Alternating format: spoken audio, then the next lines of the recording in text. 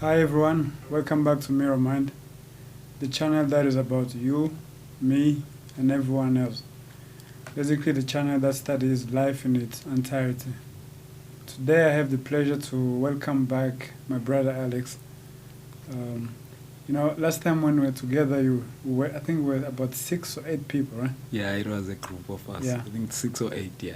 And when I watched back the episode, Yeah. I felt like you had so much to say, but we kept on interrupting you. Yeah, It was a debate. That's me. I always have a lot to say. No, which is good. I always have a lot to say. So I enjoy the debate part, though. Yeah.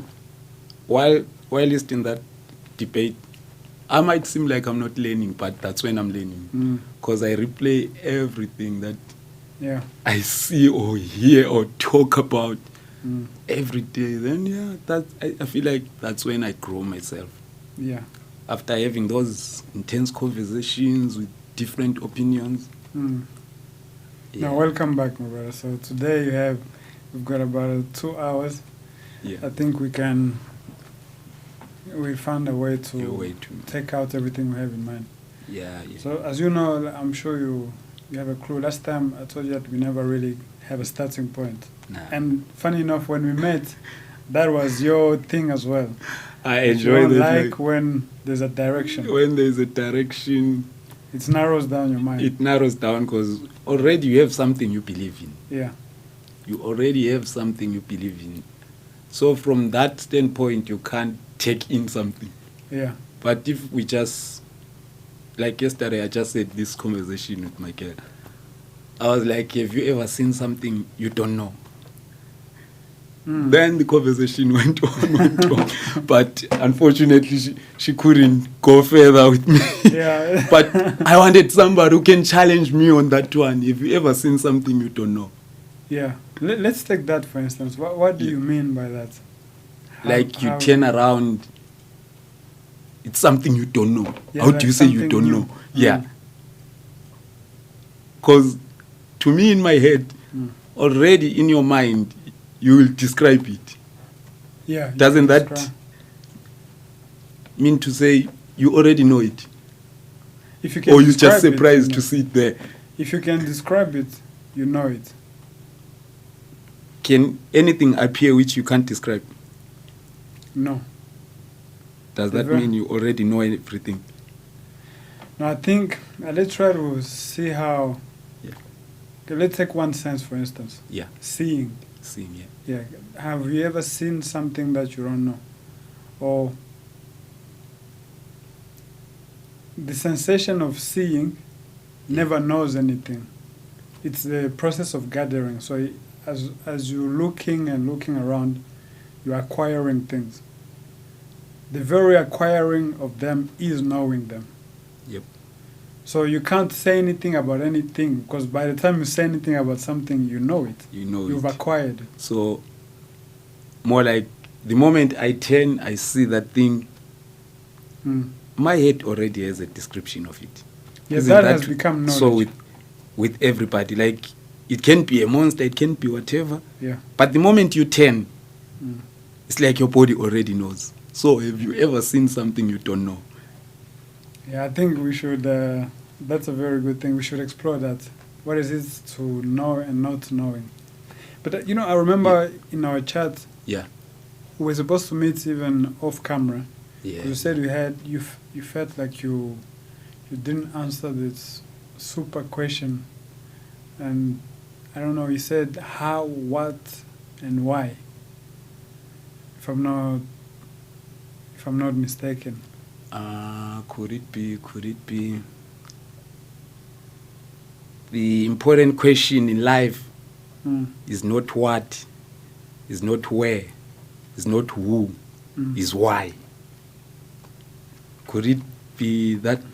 No, well, I don't know, I'm just paraphrasing you, but what is the most important question to you?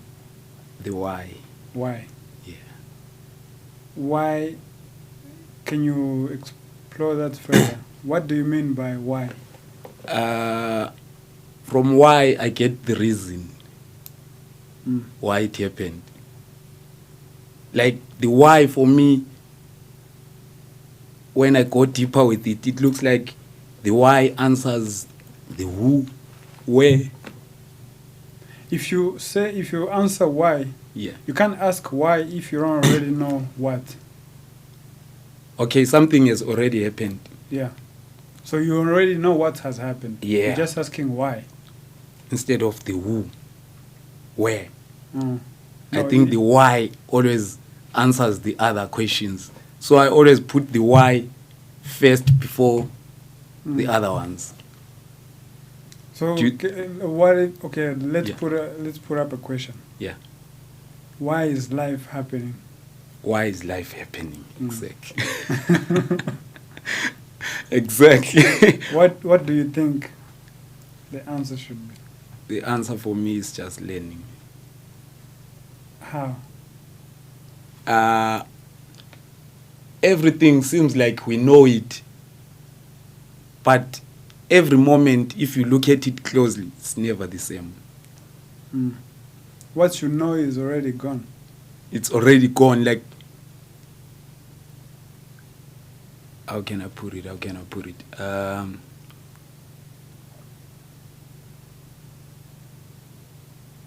Please help me.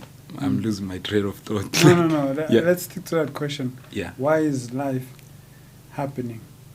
Suppose you're a father, right? So you've got kids. Yeah. How old is you're the oldest? The oldest is 12. 12. Yeah.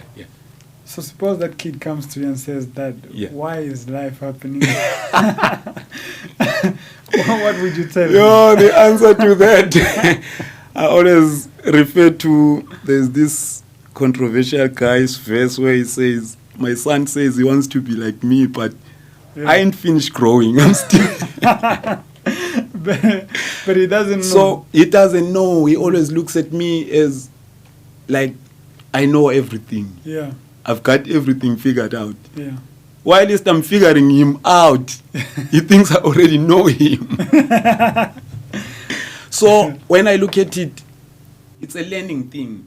Every encounter I have encountered with people, it's like if you're teaching me something, you end up learning something from me.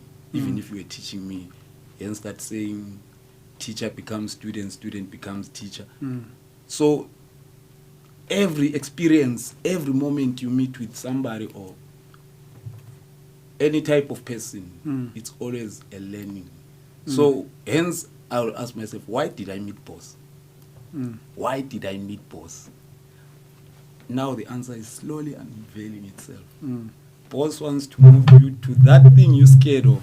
He's also walking that journey you're scared of. Now I have the answer. Yeah. But if I was worried about the who's gonna take me from here to there, probably I'll never get the answer. But why did I meet this person? Every time I question those, why did I meet this person? Why did I accept this trip? This lady just told me.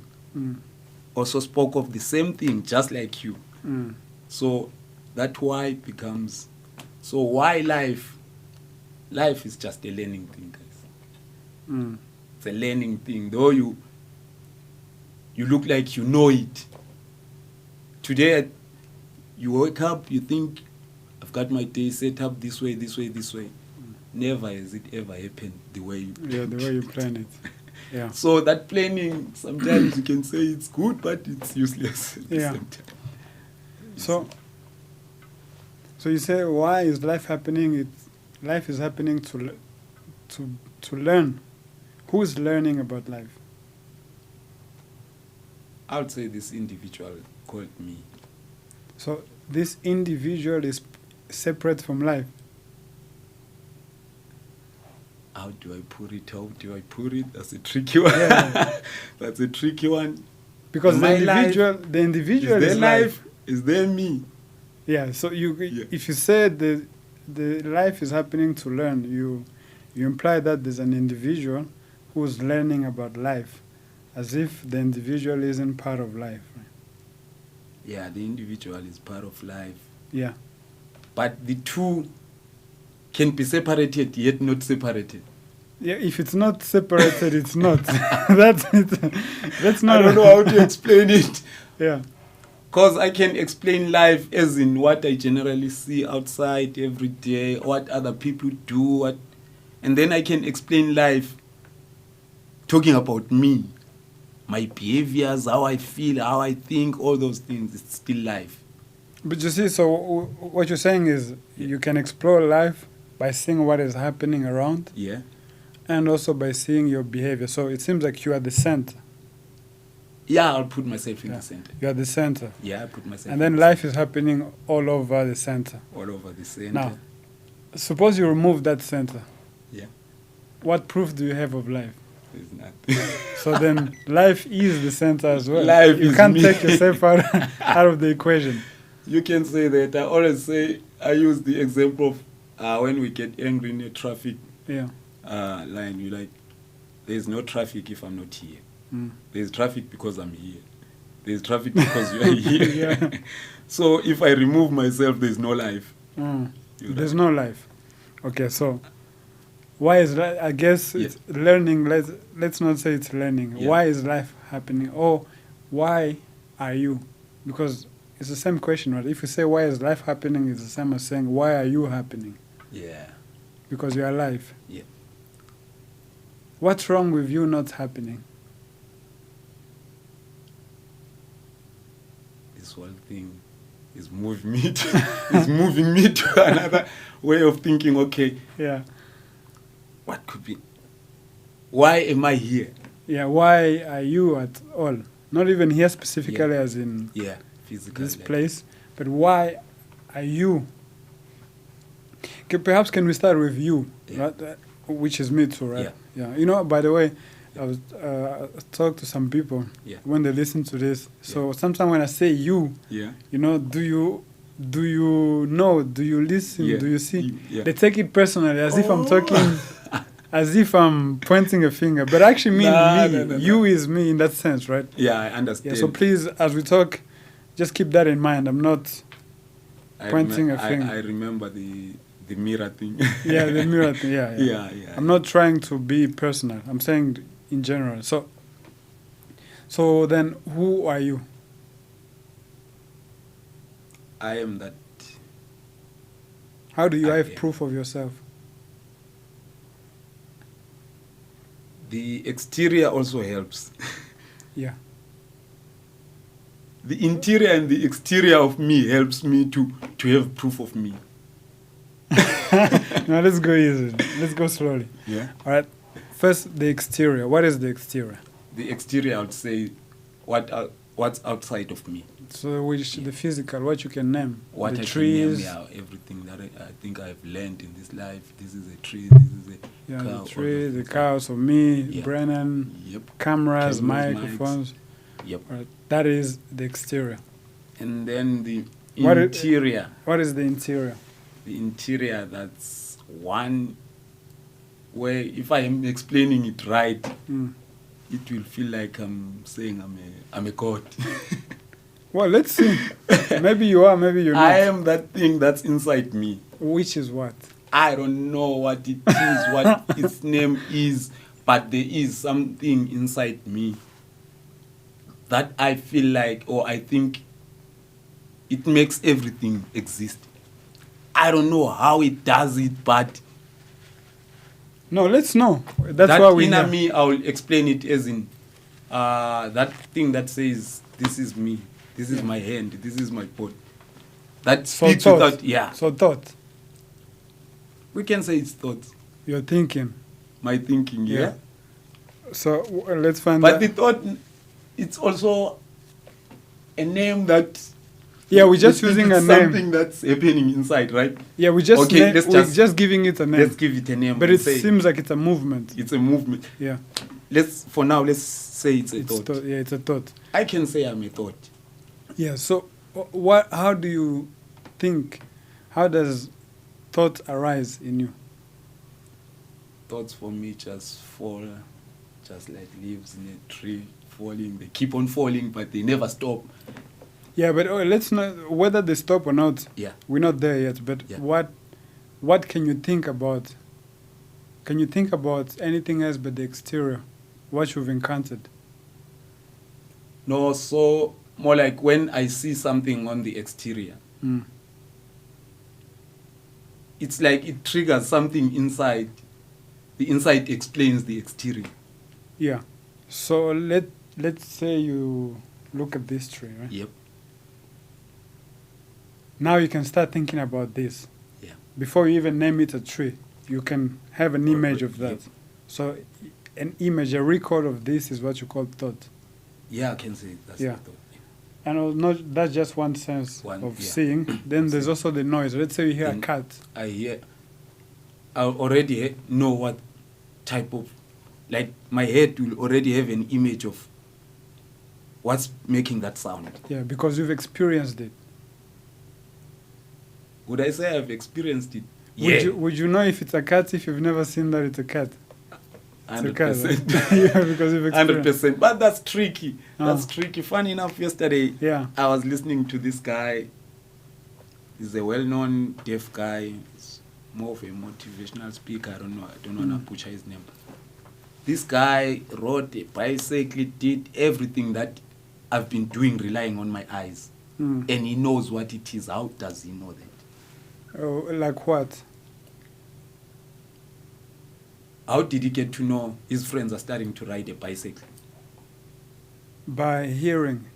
They are talking about a bicycle. He has never seen it. But he was able to ride it. Yeah, has he never experienced the bicycle? Nah, he was born without.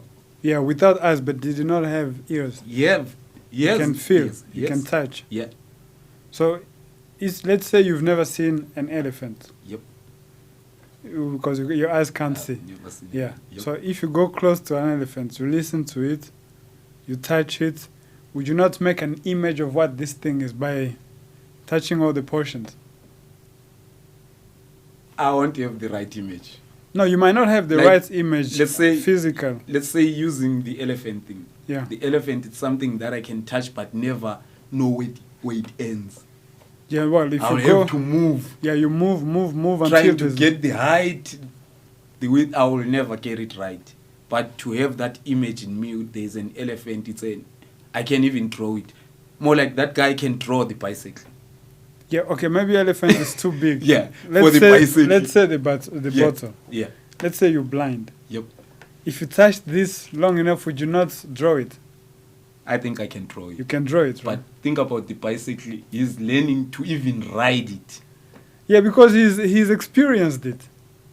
So take me through how it goes through your ears Yeah. to create how it's done. Yeah, first, I think... Because the how it's done, I feel like we use our eyes to see how it's done. I saw how this guy was setting up here and there. But for me, if I was blind, by listening to the movements here, to figure it out how he sets up, that's It'll be how I tricky. want to learn how it moves from the audio to you being able to do it, to learn it, to envision it. And You know, so there seems like, you know, the people that can't see, or maybe, let's say you can't see. Yep. Then your other senses have much more subtlety. You can use them much better. So you listen much more clearly, you feel much more. So basically you try to compensate one lack I of get sense. it. So these guys actually I've actually watched a documentary of people that like, you know, people that have disabilities. Yeah. And you'd be surprised how good they can do anything that we do. Let's say like playing piano. Yep. Just by I've seen listening, they play and they become even better than the Better ones than, that can see. Yep. So link it to mute. How does it? The learning, Yeah. it becomes the same with me having my Looking, sight. yeah.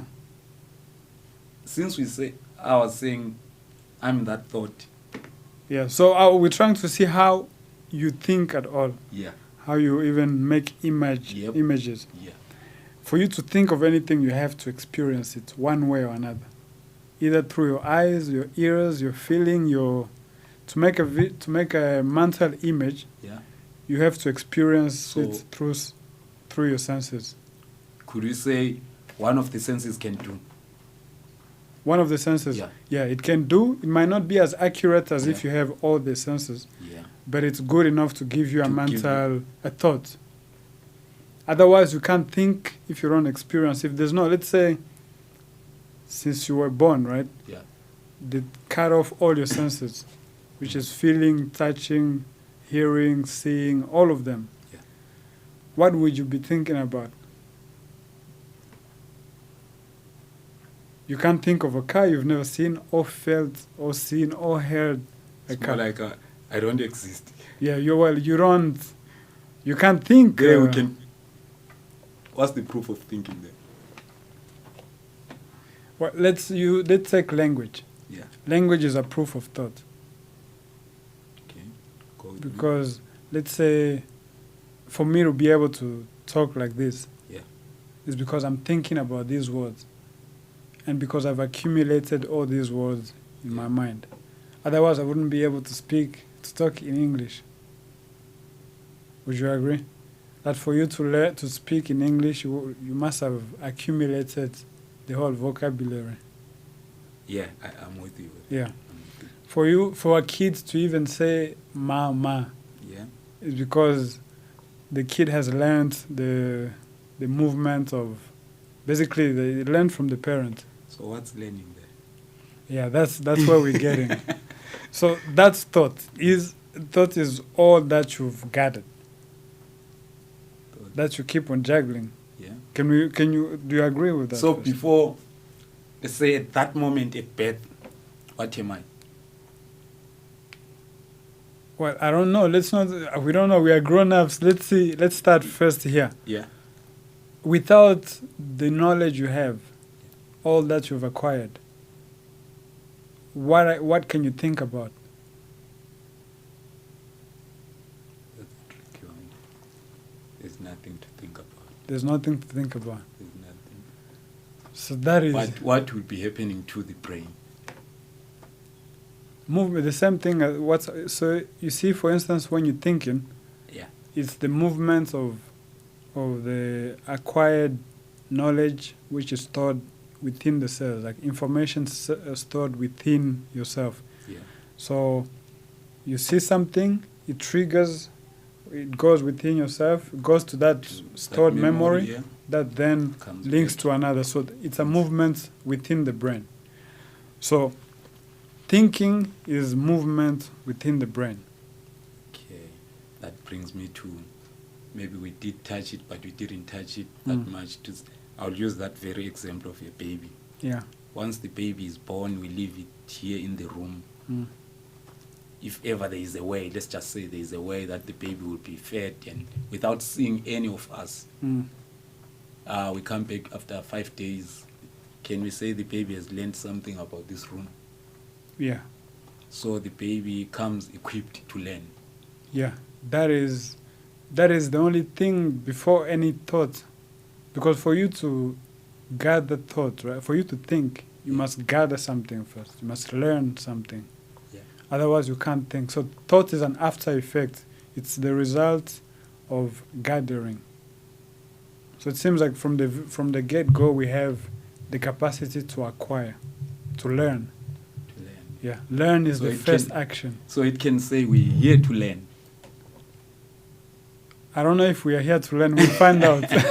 But learning seems to be the first action. Let's use that baby example. We go with the baby. Yeah. I just got here. I know nothing. Well, there's a certain knowledge that you already have, which is how to move. For instance, the physical. Let's put that one aside. Let's say this is an automated machine. The baby also has that automated machine. It moves itself. If it needs to lie this way, it does automatically. More like we are all equipped with that. Yeah, that is primal knowledge. Yeah. It is given through DNA. The DNA is information, right? Which is knowledge. Yeah. So generation after generation, there's accumulation. Not just human being learning. Yeah. This whole thing has been learning forever, happening. Yeah. So end result of that. You're heading the very direction I think it's going to link at the end. So from that DNA you just mentioned, could it have all the memories of my previous people? It has. It has. So your brain is So I'm already loaded with information. Yeah. So we can cancel the learning. Yeah. No. Well, you never. That capacity seems to be forever happening. There's no end to that process. To that process of information stored in your DNA, right? Yeah, the accumulation of information. Okay. I would say, I'll bet that baby will have certain characteristics or behaviors like the parent, right? Even if it grows separate from the parent, right? Yeah. So it already knew those things. Yeah, so there's the hereditary characteristic, probably, both physically and psychologically. And then you acquire, you add on top of it cultural, you update your software probably, because maybe back in the days you were just running around killing animals. Now maybe it's internet. Now you start acquiring culture, nationality, religions and all that. I'm trying to go with my DNA already has all those cultural things, what they used to like, what. That's why whenever I see something on the outside, I'll be triggered. Yeah. Meaning there's something in me that knows, or I don't know what's the right word, but there's information. So I'm saying we're here to learn, yet we already know. Yeah. We're here to keep on learning. So life, because can we put it this way? Yep. Without the previous information that you have in your DNA and all that. Okay, maybe not in the DNA. Yeah. Like, would you know that you exist if you had no record of your existence? No, I won't. There's no proof of life if it isn't for the past. Yeah. So can we say that is also the importance of accumulation? Because when you're born, if you know that there was a yesterday, there's a previous, then you know that you are here. So more like we can move from saying I'm a thought, we can also use I'm a memory. Yeah, thought is memory. Thought is memory. Can there be any thought without memory? Without memory, or can you think of something that you don't know? That's the thing. Yeah. It puts us at that crossroads. Yeah. Do we know or we don't know? Are we learning or we already know? Have you ever seen something you don't know? If you think, then you know. You can't think if you don't know. But we keep on thinking. Yeah, you keep on thinking. So we're thinking of something we already know. You already know. As long as there's thinking, it's knowledge. Yeah. What you don't know is what you can't think about.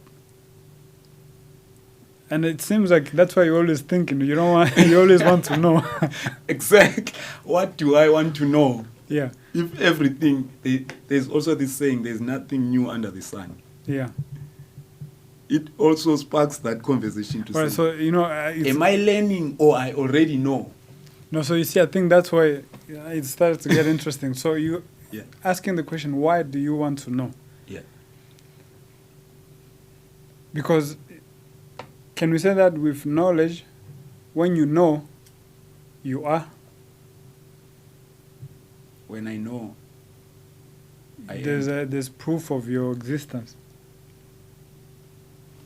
Yeah, that's a point. That's a point. By me knowing, it gives it proof that you are. Yeah. So not knowing. So not knowing is is not being. It's not being. Yeah. Which can take us to that question: why life? Why life? Right? And or we can just narrow it down first and say, why think? Why are you thinking? Because normally you see when you're thinking, you involve in some sort of action. Say you're walking, maybe. If I can jump everything the way I think, I'll just jump straight to say why I think, to keep up the proof of my existence. To keep up the proof of existence. In this. Yeah. Yeah. And it can reflect even outside here, because for you to exist, you have to think and do. When you think, you do something. So walking, crying, all of that involves the process of thinking, this action of life. I remember you once said, can you stop yourself from thinking? Yeah. I think that's trying to stop yourself from thinking is thinking. So we're just thinking. Yeah, we'll find out why is it so hard first. But do you agree that with thinking, there's proof of existence? Yes. Because it's a record, and when there's a record, you know that you existed. There's been existence. Yeah. Without that process, where do you stand? What proof do you have of yourself? Because you see, some people have this thing of, okay, well, they usually call it awareness. Right? So they say, well, I can just look within myself and see inside myself, right? Even if I'm not thinking. So what they've done is, you see, they're used to looking outside, right? Yeah. And now what they want to do is to look inside. But they know what is it to look. Already. So it's the same process. It's the same process. So you're asking yourself something you already know. You already know. Yeah. Because you're going to create that answer even. Yeah, you're going to create the answer. I mean, how do you know that you must look inside? How do you know of inside? On that awareness, what's your take on it? What is awareness for you? For me, awareness is not being. Further, not being. Yeah, see. Just be. No, it's not being. See, we're saying when you're thinking, you have proof of your existence. Yep. But actually, that is you just imagining existence in the sense that you are looking backward. You are looking at things past. Yeah. So that's really not you being. I mean, anything past is gone, right? It's an idea. It's an imagination. It's always. Yeah. But if you stop that process of looking backward, then what is there is actually actual. It's there. That's what I call awareness. But that's not something that's, it goes against the word itself. It's not something that you can be aware of as if you are there being aware. Yeah. So could we say that life is the denial of that? The denial of that being. Yeah, that's not being. Because life is being. Isn't it? And you have proof of life through acquiring knowledge. Yep. The opposite of that is no life. But you can't think about that. You can't imagine no life because that would be living, that would be thinking about it. Remember, we said you can't stop thinking. You can't stop thinking. Yeah. So, okay, why can't you stop thinking? Isn't the process called thinking, or whatever happens, it's just what automatically it happens? Like now, I'm trying to think of something to say, but there's always something dropping. Yeah. You see? Can you stop that?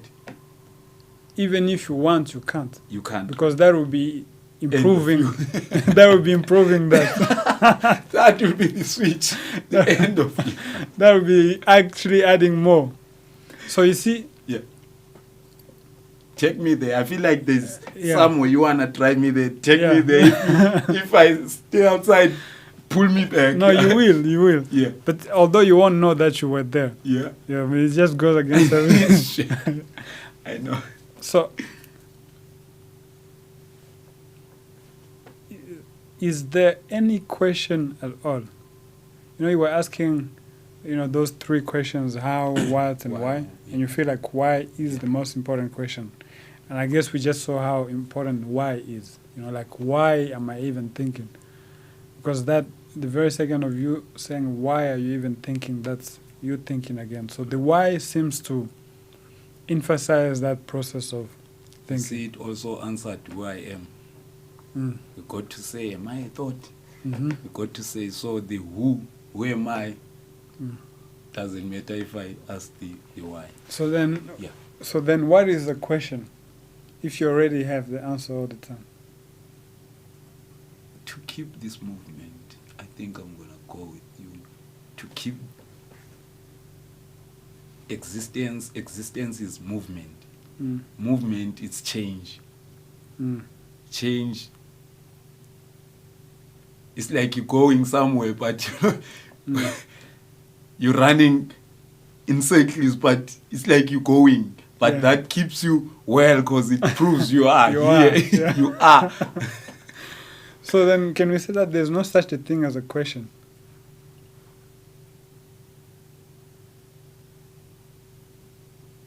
If What I already question, know, if the question already yes, the implies the answer, the is answer. there a question around? Nah, there is not. Depending on our understanding, we can say there is a question, Yeah, of course. but if we go deeper to it, there is on no a psychological question. level, There is no there anything that you can ask without it seems like the answer that you have asked the question. Exactly. So there's never a question. So that illusion keeps you moving. Or That illusion that the question is separate from the answer. From the answer. So you jump back and forth. You answer, you jump this side. It's like I'm talking to myself. I ask the question this side, then I jump to the other character. Yeah. I answer it. Yeah, pretending as if you're different from the other character. Yeah, you can say that. You can say that, because I'm having a lot of ideas. Yeah. It goes to even that very thing that you represent something in my head, because if it's not for what's happening in my head, you don't exist. If there was a switch to switch what's happening in my head, you don't exist. Nothing exists. But there's nothing that I can do to switch on and off. So it means everything that I see that exists, I believe it's out there. It's just things playing inside my head. Could that be the answer to sum it? Well, I think that it shows us that there's really no division between what's happening in your head and outside. Because this is what's happening inside of you, and what's happening inside of you is this, right? But it seems like between trying to explain it, it seems like it's two separate things, the exterior and the interior. Yeah. Because it goes to a point whereby there is that thing that's explaining, that can see the two sides. So that thing that's explaining the two sides is the not being. That's awareness we're talking about. Yeah. That thing that doesn't know that it exists. Yeah. Well, that thing that doesn't, I don't know how to express it, but you know what I mean. Because it gets explained by these two opposites. These two opposites. Yeah. These two opposites are coming out of that thing. Yep. So the gap is this. So thought creates the idea of continuation. Yeah. So one, it's there. Then that emptiness comes up, and then another thought comes. So you have this idea of going on and on. Because it gives the illusion of movement, psychologically at least, which is the illusion of movement outside here. Yeah, I've gone to that place, I've gone to that. So am I that void? That's the only thing that is, I would say. Am I that empty space, that whatever name we're using? Or maybe we can say you are the denial of that thing. Because as long as you are not that. But can I stay in that state?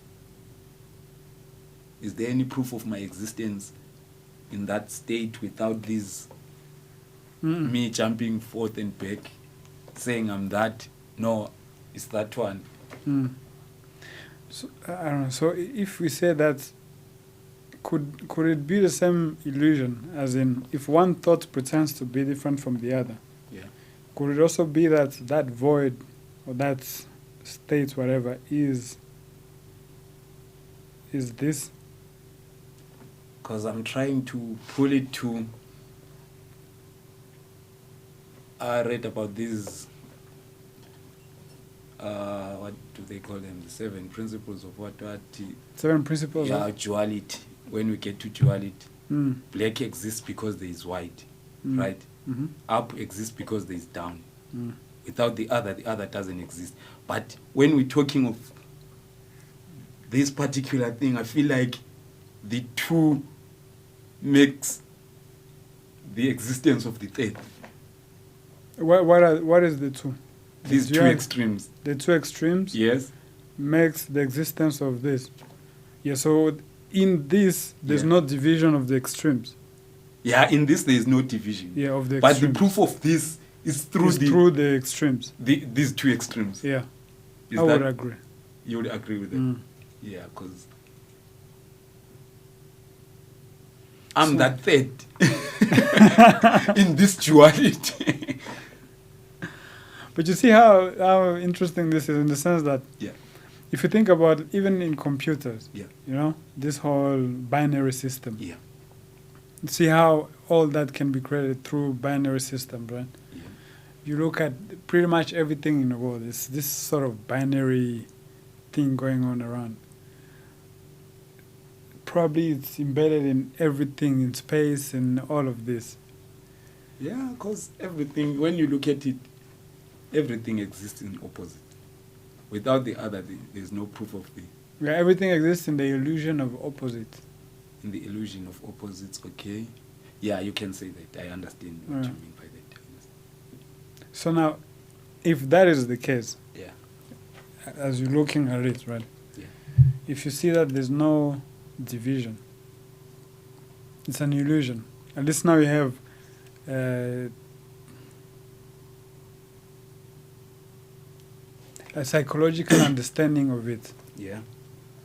So if you say that we're here to learn, and you've learned about, life has learned about its movement, how it operates, why should it go on? If you've learned, the main purpose of life is to learn about itself, it has achieved the goal. It's like playing a video game. Moving the goalpost to say existence. Say what? Huh? All this is happening for existence. Yeah, well, existence is... So what is happening for existence? All this movement. Yep. To prove existence. Now, existence has been proven. Yep. Why should existence go on? There's nothing if it stops. Yeah.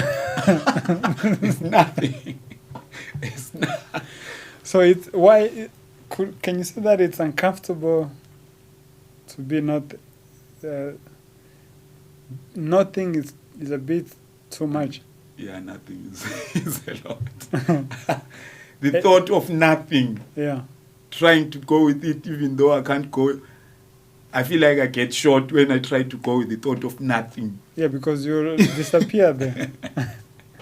So that would be boring. Would it be boring? How do you know it would be boring? I've tested the other side. This movement, this chaos, or whatever it is, this continuity, this cycle, proves my existence, one. Compared to the nothingness, it's exciting, this side. Yeah. This adventure thing that I keep on going on, though I know it feels like it's new to me every time I do it. But psychological, everything in me will be operating in a level that says it knows already. So can we say then there's no such a thing as a psychological improvement, psychological evolution? Yeah, that's a tough one. Because I'm thinking, why are we being taught, or why are we telling people things, or why are we even communicating if it's not to upgrade each other, maybe psychological, or because I would say, let's say the brain, you need ways to understand it, to be able to use it.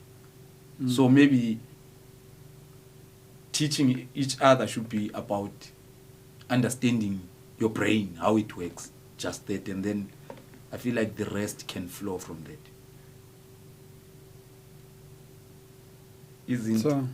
To back that up, I would say my DNA already holds all the memories, traumatic, good, bad, whatever.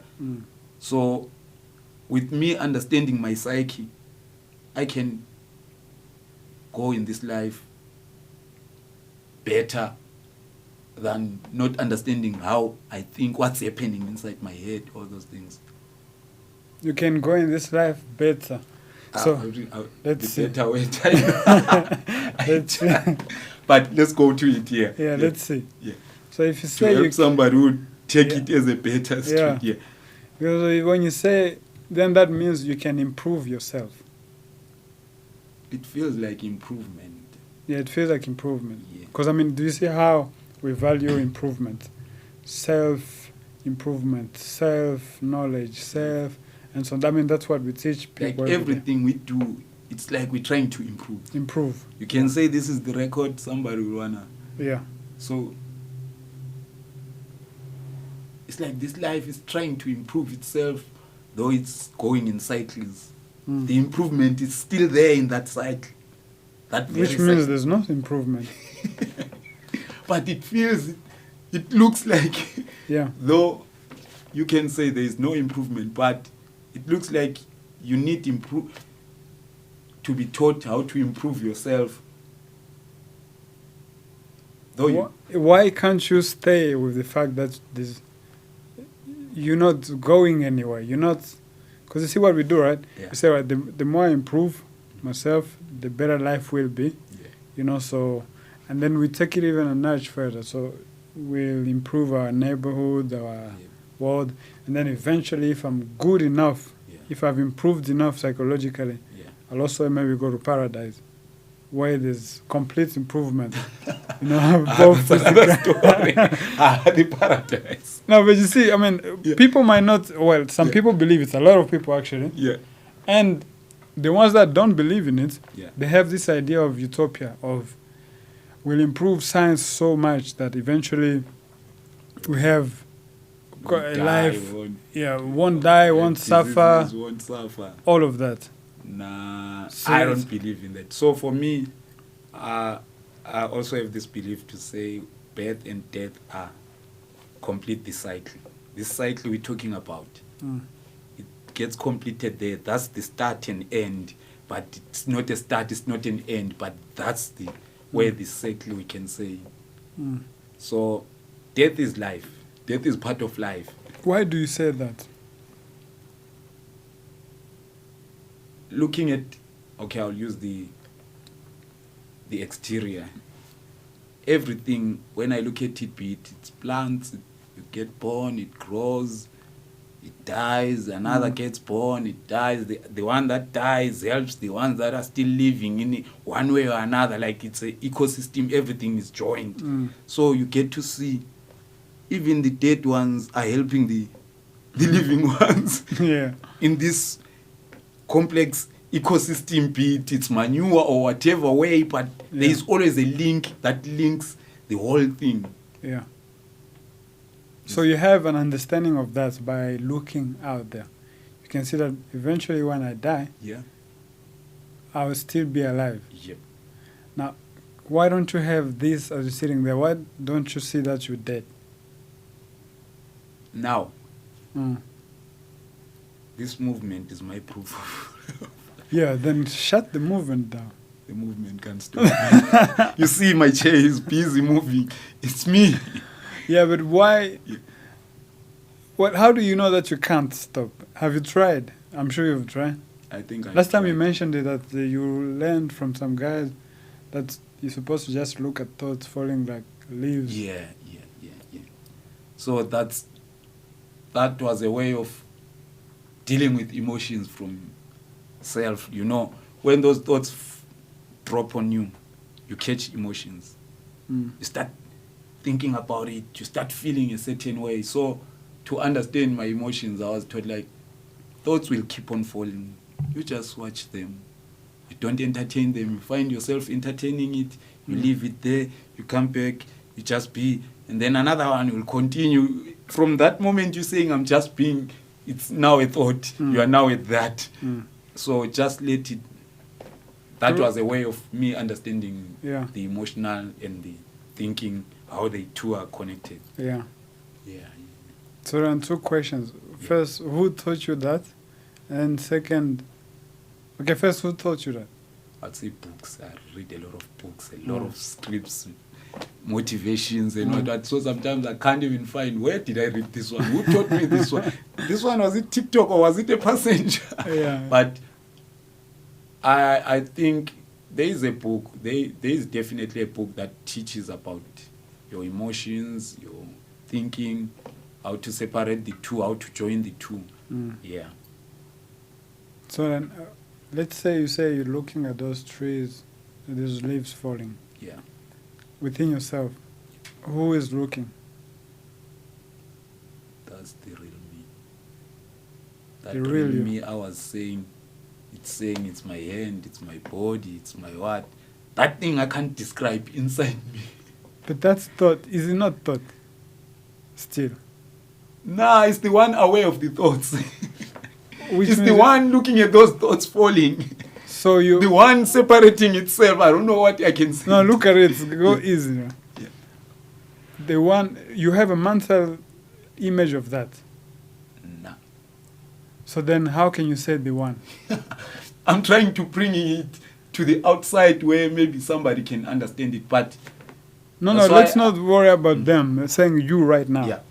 If you say there's something that is looking, there's the real me. I call it the real me. Yeah. So the fake you is saying the real you. So sometimes I separate myself to say there's this, the real me, using this real me and what I got into this thing of symbols. So personifying things, I enjoy doing that. I feel like it tells the story, it paints the story better. So I would say there is my brain, the logical, the one that calculates and what. And then there is that inner voice or whatever it is, the inner voice word, I'm using it because I was taught it's an inner voice. But there is that voice, though it doesn't bring out sound.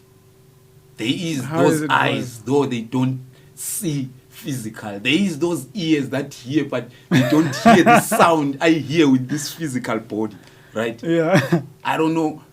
So I call that the real me. And then the physical me, I attribute it to this physical body. The logical, the one that is taught 1 + 1 is 2. I think that's where the trick is. Yeah. In that equation of yours. Yeah. That's why you can't see that you're dead right now. So let's try to look at that. Yeah. So you said the real me. Yeah. First, can you talk about the real you? Can you picture that? Can you even it doesn't come up with... It doesn't. That's why I So then there's no proof of that. I'm there, not yet there. What are you trying to say? No, well, how can you can't hear it? It has no substance. The proof of that one is through this one, the physical one, the logical one, the one who calculates. No, that's the logical one makes up an idea of the illogical one. Otherwise, you wouldn't even think of the illogical one if it wasn't for the logical one. Take away the logical one, where is the illogical? I am that free thing, man. I don't know what. No, you want to be that thing. You want to be something. That's the problem.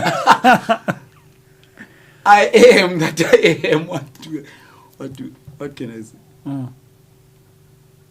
You want me to explain that other me? No, not even explain. Yeah. You see, explanations Describe are good. Yeah. No, description, you like them. Explanations are good because they are proof of you there. Yeah.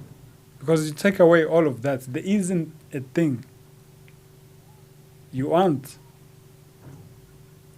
So you're drawing me back to say I am that nothing space that... When you say that, you're no longer that nothing then. Because now there's description. So I guess what I'm trying to say is, instead of you, when you're looking at your thoughts... But you understand the duality. I'm trying to explain being the me and the other me. Yeah. The unseen me. Yeah, you are explaining the duality. Yeah. But the duality is illusory. There's no duality. There's no duality. Yeah. We did get to that. Yeah. But yet you're stuck with the duality because that is the only proof that you are. It's very uncomfortable not being dual because you aren't. When there's no duality, there's no longer. There's no longer. Yeah. So then this duality I'm explaining in me proves my existence again. Proves this movement, this cycle. Duality is a proof of existence, yes. Yep. It seems. Yep. Which means what? Because duality is fake, right? It's illusory. Now follow that logic slowly. Duality, we said duality is proof of your existence. Proof of the other one. The other one exists because the other one exists. Yeah, what? Without this one doesn't exist. Yeah, let's use language and say, okay, there's nothing. Yep. And then there's something. There's something. Something is proof of nothing. That's what Yep. you're saying. Yep. Right? Yep. So, yet we're saying duality is illusory. There's never been nothing and something. And something. Yep. So you saying there's no longer duality is putting all these two together, which means there's no longer a thing. Hence, So your proof of existence is fake. There's no proof of your existence. It's very illusory. I get you. Yeah. Yeah, it makes sense. That duality is an illusion, though it proves my existence. Yeah, that's why it's called illusion. Existence then is illusory. So what's this whole thing? It's nothing. If you want This me whole to be blunt, if you want me to be blunt. Yeah, you because I'm jumping to there and then bring myself back to say, it can't be nothing. Because you can't accept that. Yeah. You can't live with that. Yeah, That implies it's not a leaving. space. Yeah, that implies leaving your 12-year-old. That implies leaving me, light, anything you can think of. It implies at the end of all there is. Okay, let me throw this question. If we erase your memory, everything in your memory, what remains? You're still alive.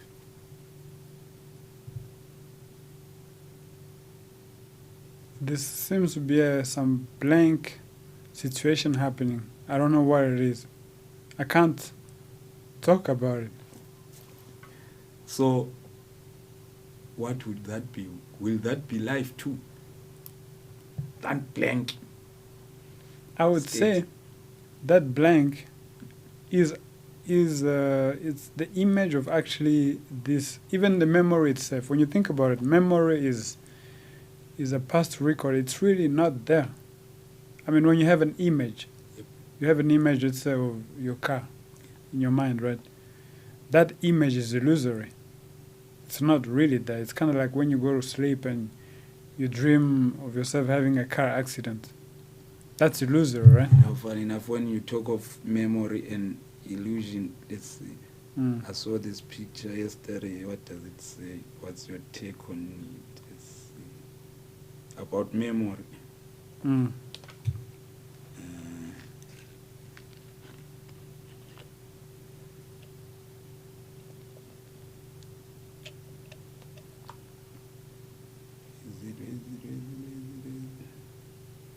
So it's like it's saying every time you recall a memory, your brain lies to you. It doesn't bring the exact memory. It recreates it.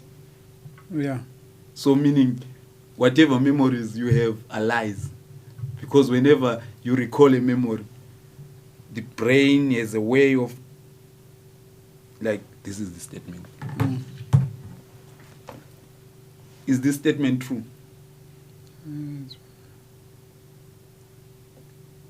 I can say it's true, as yet I can say it's not true. That argument to show you won. Your brain wrote it to feel right.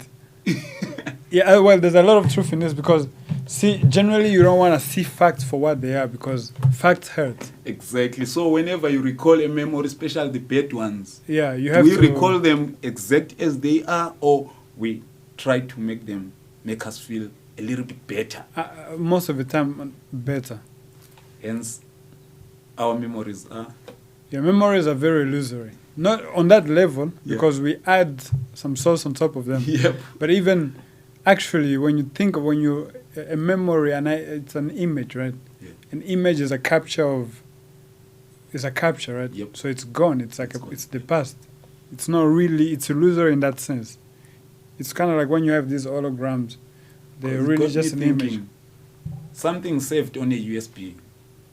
Whenever I recall it, it comes exactly the way I saved it. Right. Mm. So, proof of everything that I think I've saved in my head was the proof of it being true. Mm. All of us. That question goes to all of us. Mm.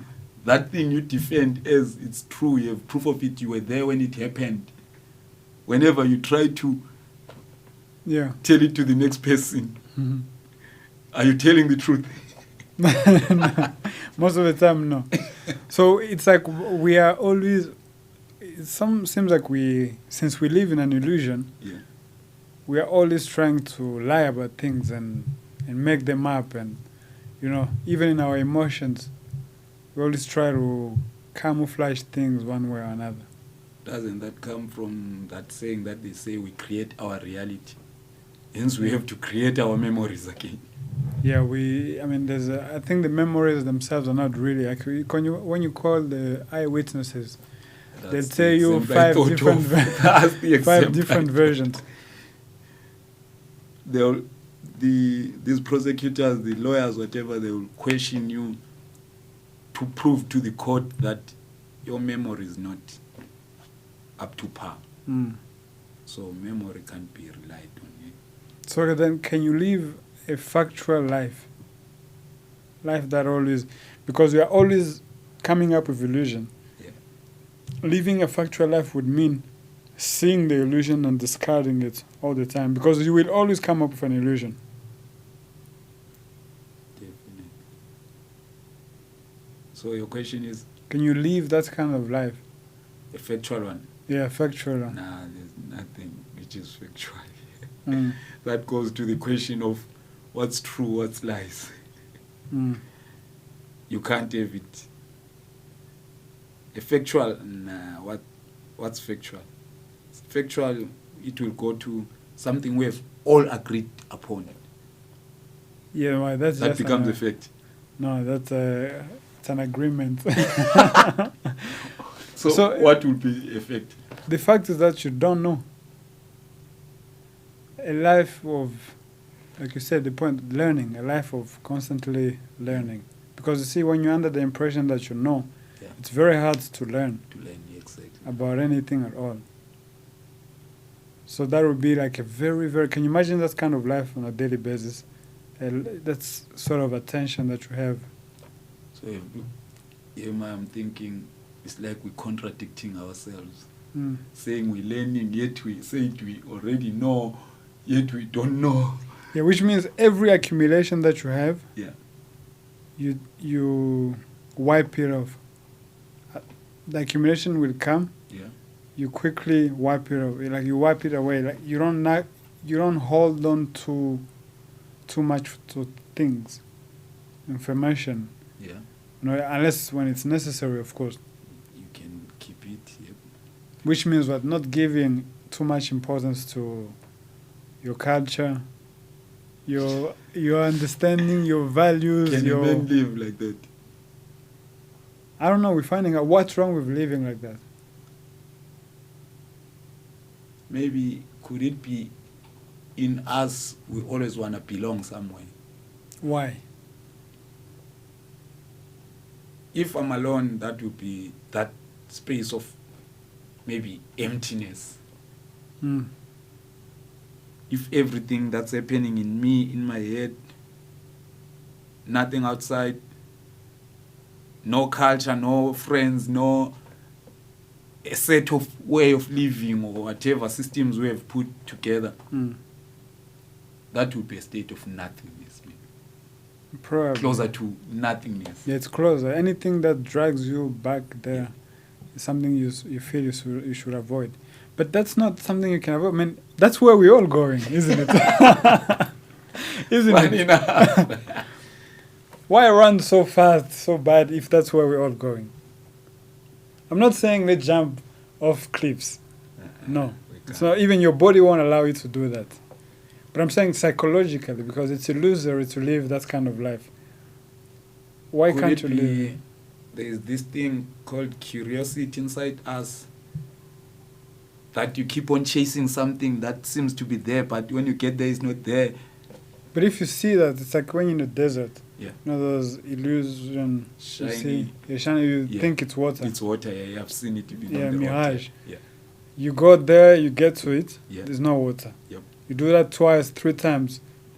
Isn't the clever thing to actually chill a little bit? But no, man, you need water. Yeah, well, you need water. That's why you keep on inventing the illusion of water. Yet, the more you run, the more you're depleting the water, the little water you have left in you. I understand you. Maybe before this whole thing started, that nothingness got bored of itself.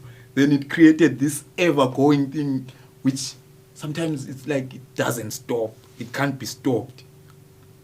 You see, as far as the not thing is concerned, Yeah. it's never started. You are the what one who thinks. What happened then from the nothingness to all this? Well, it's What's this. happening? It's this. What created this? Well, this is nothing. I know it sounds crazy. I get you. It sounds But crazy. I'm trying to ask this question. Why? Trying to paint the picture maybe for somebody who's listening, who will watch this or who will listen. Yeah, you're to trying this. to ask again the same question. Why? Yeah. That's why it's going on. Why? To prove that existence we talked about. Yeah, to prove an existence that isn't actual. Doesn't exist. That doesn't exist. That's the creation part of it. So could there's it be- nothing that is something that is nothing. Yeah. So if you see that, right? Yeah. And you see that the asking is the creating of that illusory movement. I mean, why would you want to live in an illusion, first of all? Why don't you cut it short? That's a good question. At least psychological. That's what I mean by living a factual life. Psychological. Man, I'll still stick to saying it's gonna be boring. This movement, this. So the point of life is actually not to be bored. It's bored is for lack of word, but the closer word will be bored. Like, if nothing, as we can think of nothing, we said nothing gets. So we needed something. Hence this illusion. So there's still nothing. So hence the wars. Yeah. Hence the killings. Yep. All these crazy say, actions, right? Yeah, let's just say the nothingness is keeping itself busy. Doing nothing. So why complain about, man, crime in South Africa is getting higher?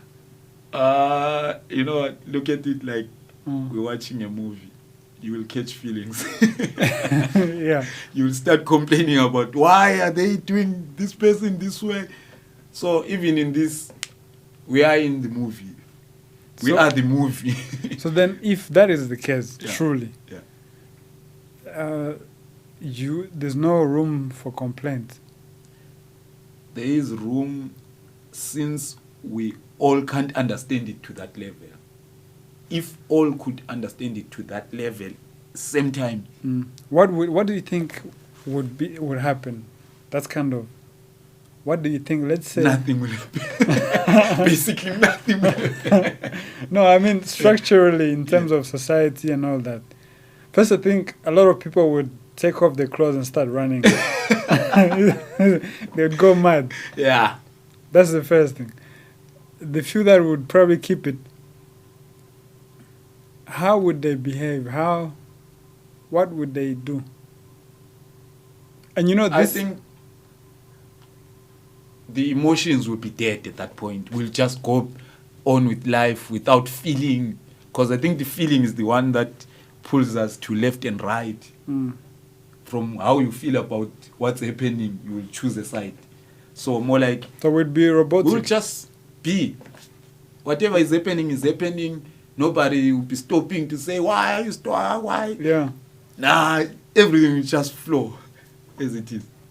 Do you think pastors would preach, criminals would kill? Yeah. But knowing very well I'm that thinking, it's so at that point, there's no wrong, there's no right. so. We just- Why would the pastor pray then? They're just being, they're just preaching. No, okay. Let's say right now. Like You said now there's everything no right. will be done for no reason. Huh? More like everything will be done for no reason. Mm. You did it, you didn't do it, it's fine. Well, you see, it's like right now we eat because you are hungry Yeah. or because you want to feel good. Yep. If you remove that reason, would you eat? If I remove, If it doesn't taste well or bad, and if it I would doesn't say fill you up, okay, shouldn't I say I eat because this body will need energy? Besides the tasting, the good and the what? yeah. If you have full energy constantly, will you need food? I wouldn't eat. So, There won't be need to eat. so isn't it that if you really see through it, right? Let's forget about everyone seeing it at the same time. Yeah. You will have the entirety of energy because there's no longer Yeah. a division. Yep. You have the entirety of energy, which means nothing, which is everything. Yep. Wouldn't you just completely disappear? I wouldn't disappear because that nothing is something. How so? At that stage, There's no longer nothing. There's no longer something. or now you've just summed it to me only. I think I would disappear, but disappear to where? Because I am that. That's a very good one. I think, for me, the way I look at it, right? Yeah. If you do that, Yeah. practically, you would probably first notice that you want, Yeah. and that's not being is this, and then probably you would have full control of this whole thing. If you left alone. Left alone how? As in physically or what? Yeah. No, as in actually if you live with that factual life, if you Or you pull moment back. to moment, Yeah. you know, when you see how you're behaving, Yep. your reactionary movement and all that, Yeah. if you see it, you acquire, but yet to quickly discard whatever you acquire. You don't give it too much value. So you live in that sort of space all the time, right? Yeah. That would give you enough energy to be the entire thing and completely play around with this thing. Because you are it. Yeah. Yeah, yeah. Now it makes sense. Yeah. So more like you're saying we lose a lot of energy or Yeah, we waste a lot of energy by... trying to fix something that's not Yeah. meant to be fixed. Why? You're wasting. It's like eating food, well, or not eating the food that is there, then it spoils. You're wasting food. But if you use properly your energy, I guess, Yeah. you would Yeah. save More than enough energy. yeah, to see facts for what they are. Yeah, it's true. I would say that because I'll use an example of these guys that meditate, the Buddhas, the what. Mm. When they draw themselves away from people or this, a lot of this The movement, buzzing. most of them, they claim a bit of more clarity, more of that energy maybe to go on with life, like even physical. Yeah, but you see where Yeah. you're standing now? You see what Yeah. kind of mind you have now? Yeah. You won't accept anything from anyone. You won't accept claims. That's the thing. Don't accept it. That's Don't accumulate all that nonsense. That's the fight, Yeah. because this physical me wants those things. Yeah. No, you want Though a guy the- telling you, Yeah. about the source of everything, Yeah. a Buddhist, a Christian, or Yeah. just a very good Einstein mind. Yeah. You will not accept that. Because it's gathering. I mean, if Yeah. you want to really accept it, then go and learn it yourself. learn it, yeah. Start, become a physicist or something. Go there. But do not accept anyone's claim. You know that point would be like, Mm.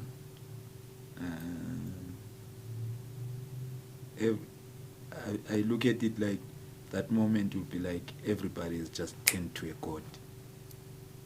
Wow, if everybody like had... this description of a god that all powerful, all energy, can do everything. I look at it like if everybody could get to that, See, that's the problem. It's impossible for everybody to get to that. It's a personal thing. Yeah. Kind of personal quote. So try to imagine it. If it could happen to everybody, it can't. What life would be? It can't happen to everybody. It can't. No. Here, in this on this level, we can't all be. Yeah, that's why this thing is happening. We will fight until this is a fighting is a battleground. Yeah, it's a battleground. A lion will catch you if you snooze. Yeah, I get you. So, seeing a factual life is getting away from this nonsense. Exactly. You can say that. But can you stay away from the nonsense? For how long can you stay away from the nonsense? It's eternal. It's an eternity. Once you're out, you're out. But it's like, like I'm talking, we're still here. Yeah. I'm still here. Yeah. Can I get out of this nonsense, like fully, like not be touched by any, but still participate in this whole thing? No, you are trapped here. So am I. Yeah. But if it's not that you get out. The thing is, it's always there. Yeah. So you dying, because remember we said... I understand you, I understand. So you dying is getting the entirety of energy coming all together. Then you could have now a little bit of residue of that. You can operate life much more clearly. Just a little bit clearly. Yeah. It's kind of, let's take an example. It's like this VR, right? Like you were saying, you're playing a video game or you watch a movie. Yeah. When you're playing it, you're completely dedicated in it. And it feels like it's the whole thing, It's like, it's what's happening. Getting out of that is knowing that it's a game. And actually seeing the whole design of it. Yep. Knowing that there's a wall. Yeah. Knowing that this person is supposed, this is an NPC, so... Yeah. His job is just to do this and do that, and he will do it like this. So it's like, I don't want to say Christians would kill me for that. Nah. But I wanted to say it's like becoming Jesus, I guess, coming from above and operating here. Yes. I understand. I understand what you trying to explain. Like, could it be if I use an example of saying, I'm creating the movie, yet I'm the character there and the characters in that movie. Yeah, you got lost in the character. And I get myself lost in that, or I attach to one character in that movie I'm creating. Yeah. You're attached to a person, like an actor within the game. Yep. It's like an adventure game. Yep.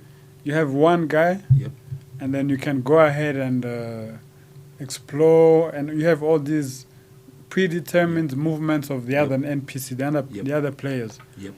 So, you knowing that that's what's happening, it's kind of like you being able to know that, look, this is a game that I'm playing from the outside. Something is playing, not I.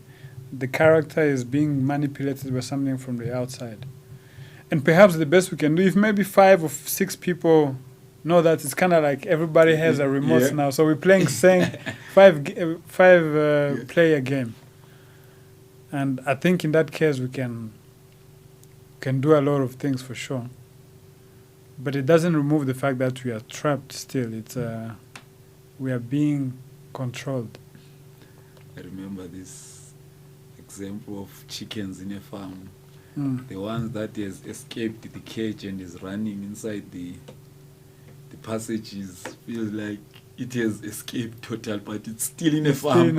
And more like even the farmer, when he comes in, he might chow this one first before. And I think that's because, if you take that analogy, So if you get out of the fence, Yeah. you become very vulnerable. Yeah.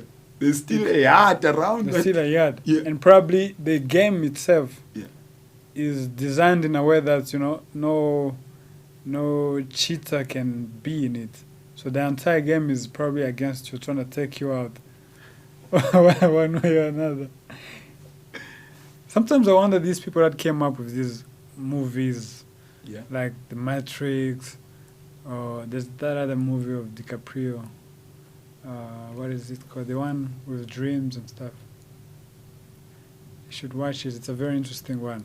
Isn't it Lucy? I watched Lucy. Not Lucy. The other one with DiCaprio.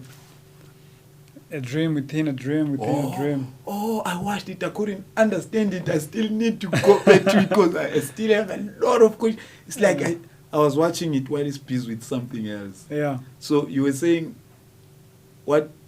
I wonder the people that come up with these stories, Yeah. where they get the inspiration from. But I have a doubt. Yeah. I suspect it's from the contact with this, what we're calling nothing. Nothing. Yeah, it just comes as an inspiration. It's like making a good music. You can say that. Mm. I fully agree with you, cause. And then they have this talent of storytelling to us, but explaining that very thing, nothingness, and this whole chaos. And it's helping. They're serving society without knowing. To them, probably they're doing it from, maybe selfish reason, or because they have to act. Yeah. Yeah, and also just because life requires action. You have to do something. So they're doing it, but in fact, it's life talking to itself, kind of. Exactly. I wanted to say, from that thing that says we are all one. Mm. From that explanation, I was talking of interconnectedness of everything. Mm.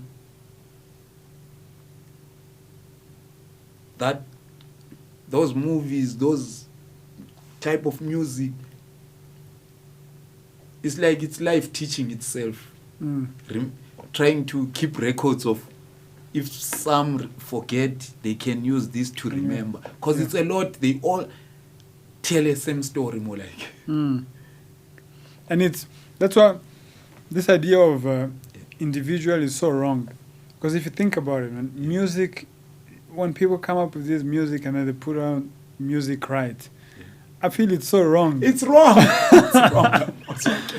Music right. I mean, if we were organized well enough, we could come up with ways of maintaining everybody's lifestyle to a level where, there's not too much suffering.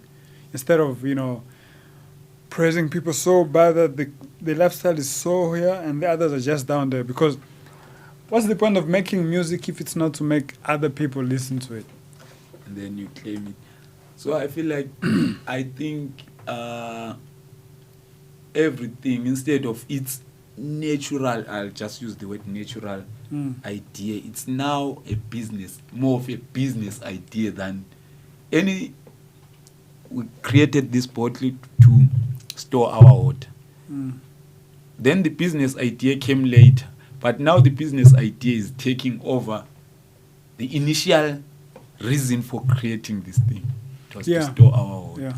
So in many things in this life, it's like a good thing has turned into more of a business idea. The more it becomes a business idea, we miss the core of that very, very thing. Because like it's a movie, we're talking about that movie. The way they will bring it to us, it's like it's just a movie. Go and watch this top movie. What? They won't go deeper to explain the inspiration, where it really, really comes from. They all about the movie sold so much, it got so much exposure, but did it really deliver how it was sparked from its core? Sometimes they explain. There's one guy, he did a series, it's called Dark, I think, on Netflix. He explained where the inspiration came from. I think it came from dreams or something like that. So sometimes they have these interviews where they explain things and so on. But I think the reason why we have this sort of let's say, business mind and so on, it's linked to that initial equation, that's fake duality again, in the sense that it's for survival reason. So the guy he's doing something to survive. Yeah. He's thinking, writing. First of all, he's working as an actor to survive. Yeah. And he's an actor because he has to survive by thinking. Yeah. And he's thinking because he can't stay there. So inevitably, that equation, whichever layer you look at, it's the same equation. It's the same equation because it goes to all spheres of our lives. Yeah. Politics, religion. You can say at a certain level, religion was okay. Though as it tended. Yeah, people corrupted. You see, you can say to a certain level, politics was okay. But though it's been spun the other way, hospitals were okay before they started creating diseases, right? Because everything has moved into, I can get more out of this, more than I'm trying to move away from to say it's survival. It's greed in humans. Maybe it's the greed in it. But why are you greedy if you're reason to maximize your survival chances? Is it to maximize? Yeah, why are you greedy? Why do you want more than someone else? What's the importance of having more? To feel big, to feel better, no, let's say food. Yeah. You see a plate here of food. What's the importance of having more food? So I can have more energy than you. More energy and for longer. So I'm going to that point. You're saying it's for survival. So is greed okay? In terms, we're looking at it. No, it's not okay, but it's inevitable. We're looking at it in terms of survival. Yeah. To what level? Humans, it's like, I need the greed. Yeah. To defend, to survive, right? But to what level do I need the greed? Actually, I think greed is not okay. Greed is stupidity, because if everybody were greedy, then our survival is at risk. But it's already at risk. We're living at that era whereby I take 10. Yeah. No, it's too late already. I mean, it's too late. But I'm saying that's stupid. Yeah. That's a stupid mind. That's a mind that doesn't live factually. That's why it's like that. So it's also another illusion of doing it for survival, though it's not even survival. Yeah, whatever thing you're trying to do to survive, you're actually creating more risk to not survive. I mean, you're greedy, you have more, then you have 10 neighbors that don't have enough. Trust me, it's just a matter of time. I'll catch you one day out of your street. Yeah. So it creates all these wars, unnecessary wars and stuff. And we are right to say everything is connected to everything. Those guys, they are making that music not knowing I'll listen to it. Though with their greed, they have written those whatever we talked about. But when I ask the why did I come across this song, why did I watch this movie, I get that very inspiration, which you see. Yeah, the inspiration is there. So although you can corrupt it as much as you want, but the seed is always there. Yeah, and probably you watching the movie is because, I mean, it's still the same movement, right? Survival movement. That very thing that says you can have the initial idea. The person who had the idea of this phone didn't have the fully of what this phone can do now. By it getting to us, everybody more got out of it, right? So even from that movie being made, you watch it, it sparks something in your brain. You can rewrite another movie extending from that one. And people won't tell the connection between the two, but I'm trying to say it's continuation of life teaching itself. Yeah, it's continuation. To keep that movement going. Yeah, hence it's stupid. I agree with you. You copywriting music how do we expand on that? Because we have taken that whole thing as... Suppose you were so greedy that you don't even want to share it. It's a lot. Let's say you're so greedy, you keep it to yourself. You don't even copyright it. You just keep it in your bedroom.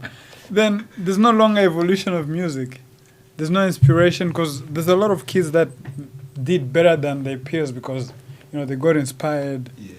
You always improve, right? But I'll argue and say, what's going to happen there? A few years from you keeping that song in your room, you will hear it playing out there. Yeah, and you will claim somebody stole it. Yeah. But I have this untested idea to say, whenever an idea hits me, it hits somebody out there. There's no original idea that you can come up with. First of all, is there any original idea? Or it's always sparked by something, you always feed from the previous ones. Yes. So then why be so greedy and keep things to yourself? Yeah, it's a lot, man. We agreed to this way of living. Remember, I sell land. Land. I came here. Everybody came here. Yeah. But I'm selling this. You're selling land? Yes. And you're dividing it into... Yes. Even water. We sell water. Yeah. One thing we can't even tell how it's made, but we know how it goes around, rain, whatever, but we are able to sell that. So, like natural things that are out of our... Yeah. So that's what humans have gone to. So you mean to say, so there's no other way of living, in the sense that since men always want reward for his work, right? Yeah. To maximize his survival. So we never get past this and create a society that is orderly in this sense, like see the importance of all the nonsense, the necessity of... So how I look at it, I'll use this example. It says at school there was a grade 1A, 2B, 3C, 3D, sometimes a special class, right? But in life we are all in one class. So we can't get to that. Do you understand? So, I get like it. That point of saying, I'll just do for you, no reward. Like to switch off our grade, all of us, we won't be able, because maybe our way of thinking and understanding things is designed like that. It's designed, yeah. Puts us embedded in that conflict to say, you will have the answer, you will have the other answer. So which means then no self-improvement. The self doesn't improve. It's under the illusion that it improves with time and so on. We're not so different from the animals, the other ones. The greed, the anger, it seems like it's there. So let's assume that even through death, let's say you grow old and then you die. Yeah. The same system plays itself, right? Let's say you are recycled back into this thing. If you look at the process that is used to recycle us, bypassing that DNA, I feel like that's where we are recycled. You will come back with that greed. So it's like man has been living in this, we've been swimming in the same pool forever. It looks like I different think seasons, but if you look at it, it's been the same. Different stages of history of life prove that. It's always been the same. We can use, let's say, Roman Empire. You look closely there, you'll see the classism, you'll see the fights, the greed, the powerful stamping any kingdom, African kingdoms. You look at the pharaohs, you get to see, humans are always like that. And they've been dreaming of a place where all of this stops. They've been hoping for it. But yet in their death, because if that was the case, right, if you are recycled in a way that changes can be seen. Let's say you improve yourself, Yeah. and then you are recycled. So I guess with time things will improve psychologically. Your offsprings will be a little bit better psychologically than you. So But I why can is it not agree with happening? that, but it doesn't get to that. It does. Well, it's not. I mean, we are not so different from those old folks. You know, because you can say I raised these kids right, never exposed them to this and that, but just watching them, I have twins. Mm. I see these boys throwing anger at each other, like Yeah. the one trying to kill the other. Like you like at this young age, this one will rather have two bottles. Yeah. This other one, so the other one eats dummy, the other one doesn't.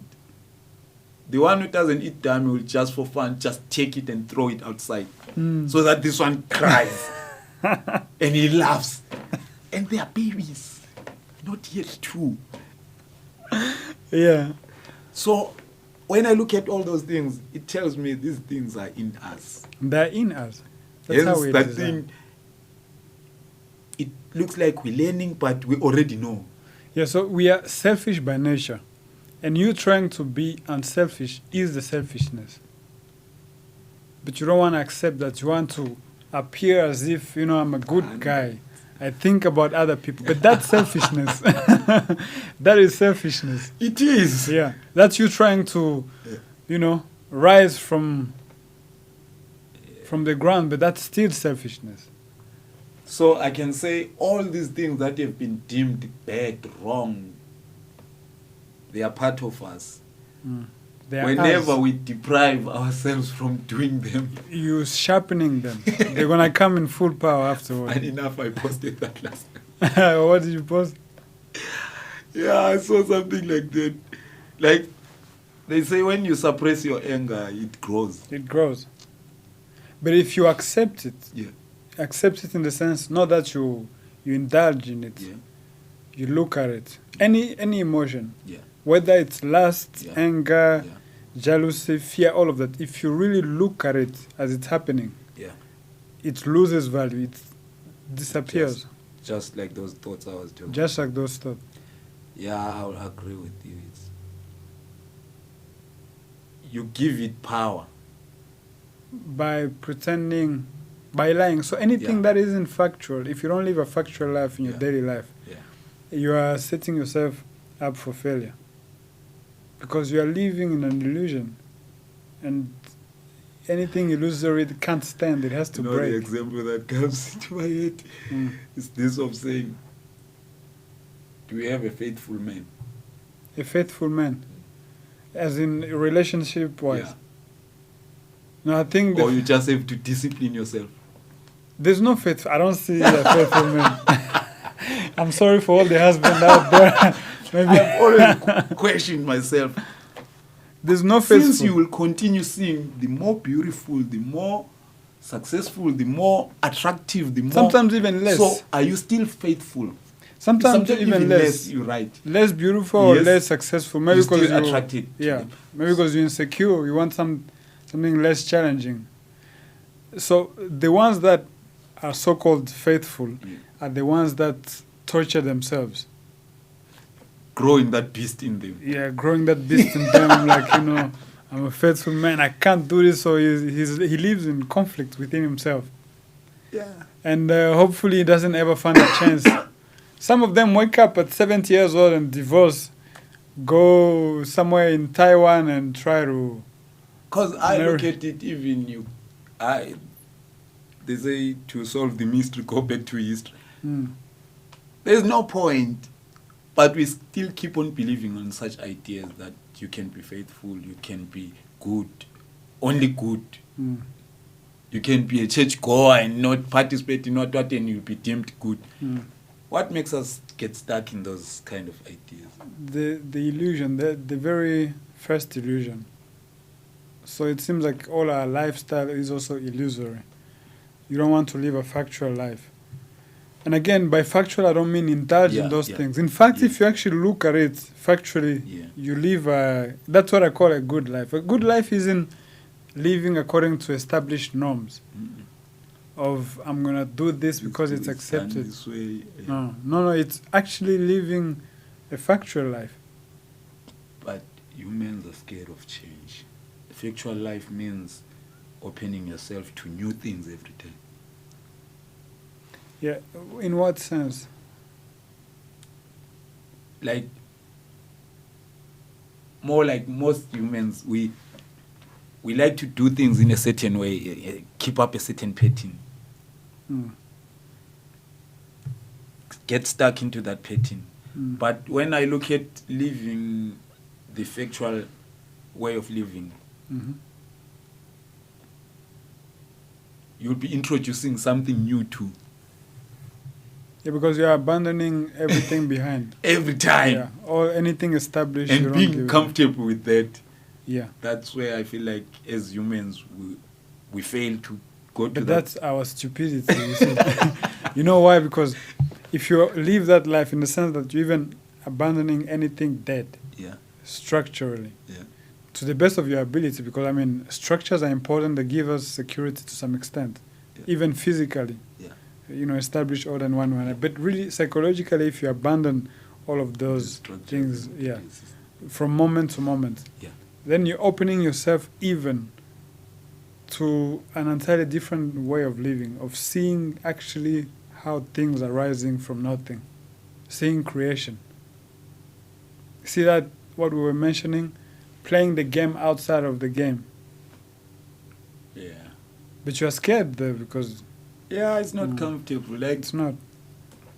They say the brain will give you this pattern. Once you try to introduce a new one, you start fighting it. But eventually it will accept the new one. Once it accepts the new one, you try to introduce the other one, it fights. Yeah. It likes to keep a constant... To stay alive. To stay alive. Everything wants to stay alive. Yeah. So, does it mean the brain feels it stays alive if it keeps a certain pattern? If it keeps moving. Moving in a certain pattern. Because, remember I was explaining that... No, the pattern is always the same. You know, as you're saying, you're explaining the pattern on a higher level. I'm talking the pattern as in you already know how to clear up this room. You don't want to try clear up this room in a different way than you always do. Yeah, no, I get it. So that's a pattern, but on a higher level. Yeah. Look at it on a lower level. Okay. You want to move. Yeah. Because the boredom of sitting just is also even too. Yeah. That's why you're even moving. You know, have you ever noticed when you're anxious, you start walking around, trying to find something, to kind of calm down. Yeah. So the brain wants movement. That it's pattern, moving. Yeah. Whether it's you can put layers and layers of those patterns, right? So maybe you like to sleep in a bed in a certain way, or you like to eat a certain kind of breakfast. So those are different patterns, but the actual pattern is movement. Yeah, I understand. Yeah, the brain wants movement. So anything that implies no movement means death. Yet that is, getting to that level is the lowest level or highest, I don't know how to put it, the brain can get. Because you're seeing now the very essence of the brain activity, even on a physical level. Okay. So we give importance to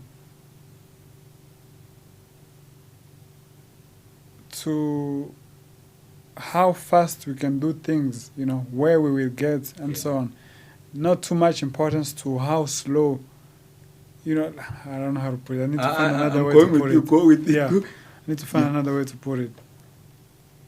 We measure the minor and minor the major. I guess you can put it like that. Yeah. So look, it's like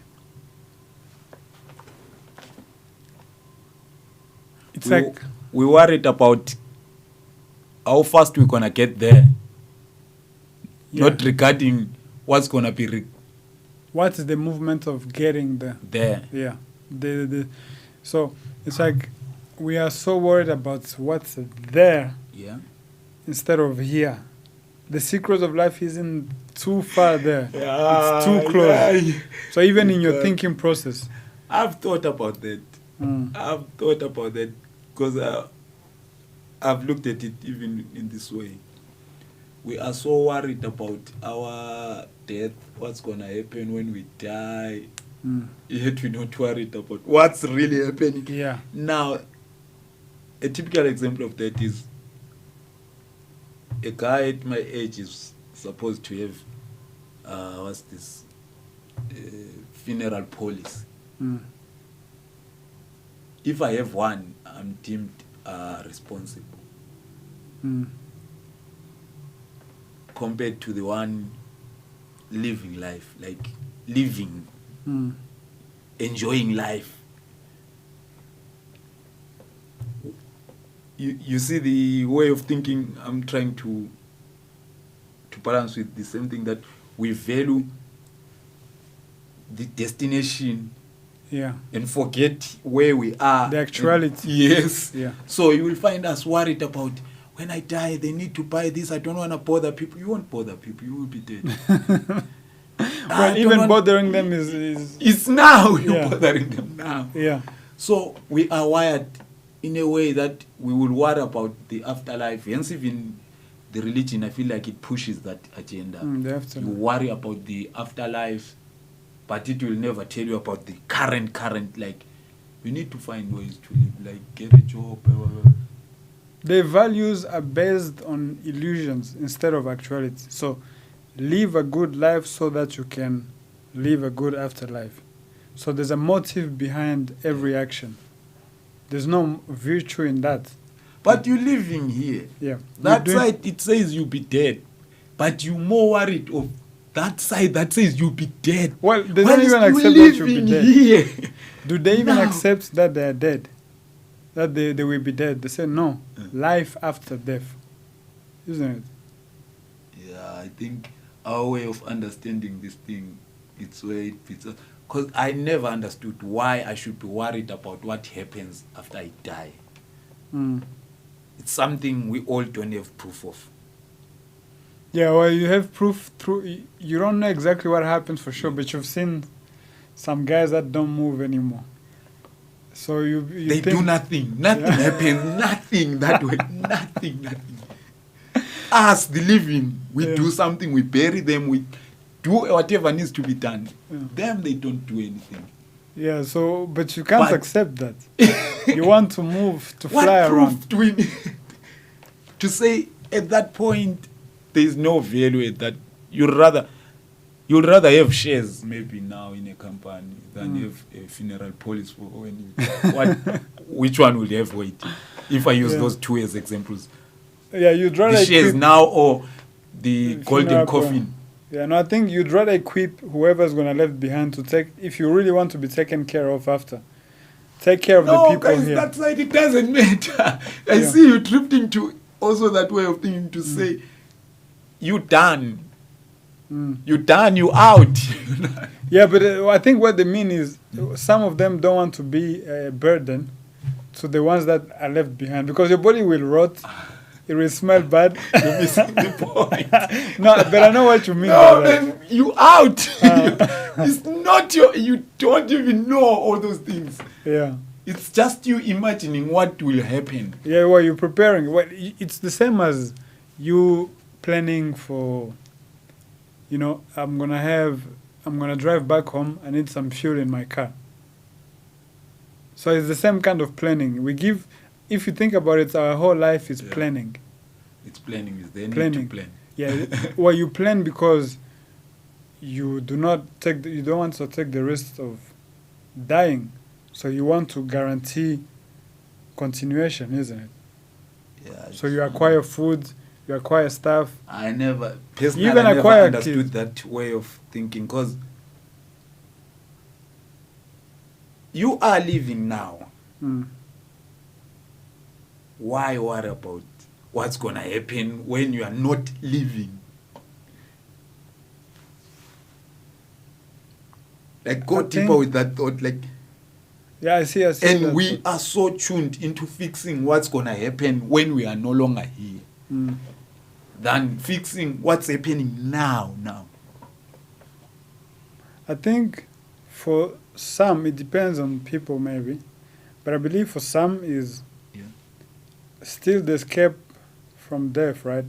So they'd rather sustain themselves even after death, as in they sustain themselves through the movement of the living people. Because the follow-up question is always, did you prepare anything to come to this life? Uh-huh. No, you didn't. No, I didn't. Why are you preparing to? Because you are alive now. You're preparing to go in.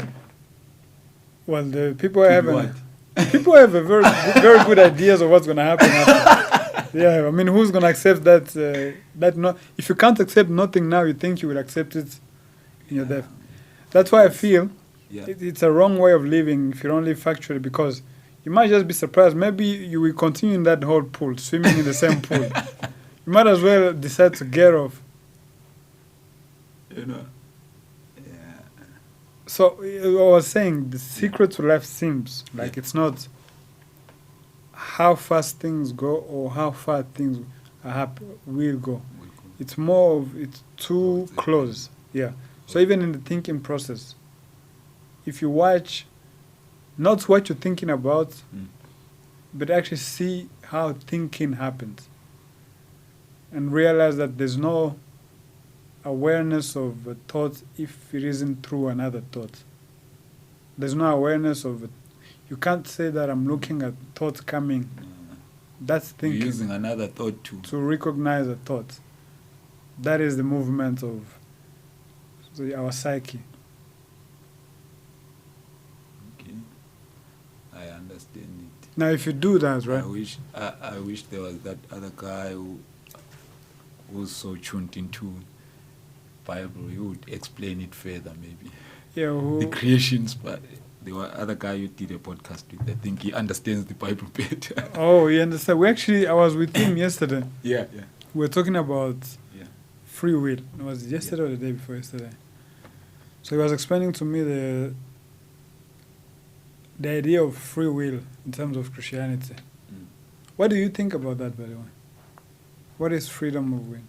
Free will, to me, is that point where I decide I'm doing or I'm not. Who's deciding? Me. Which is? My thinking, my thoughts. Yeah, which is your memory. My memory, yeah. More like my memory is predetermined what I'm gonna. Mm-hmm. So then where is the freedom in this?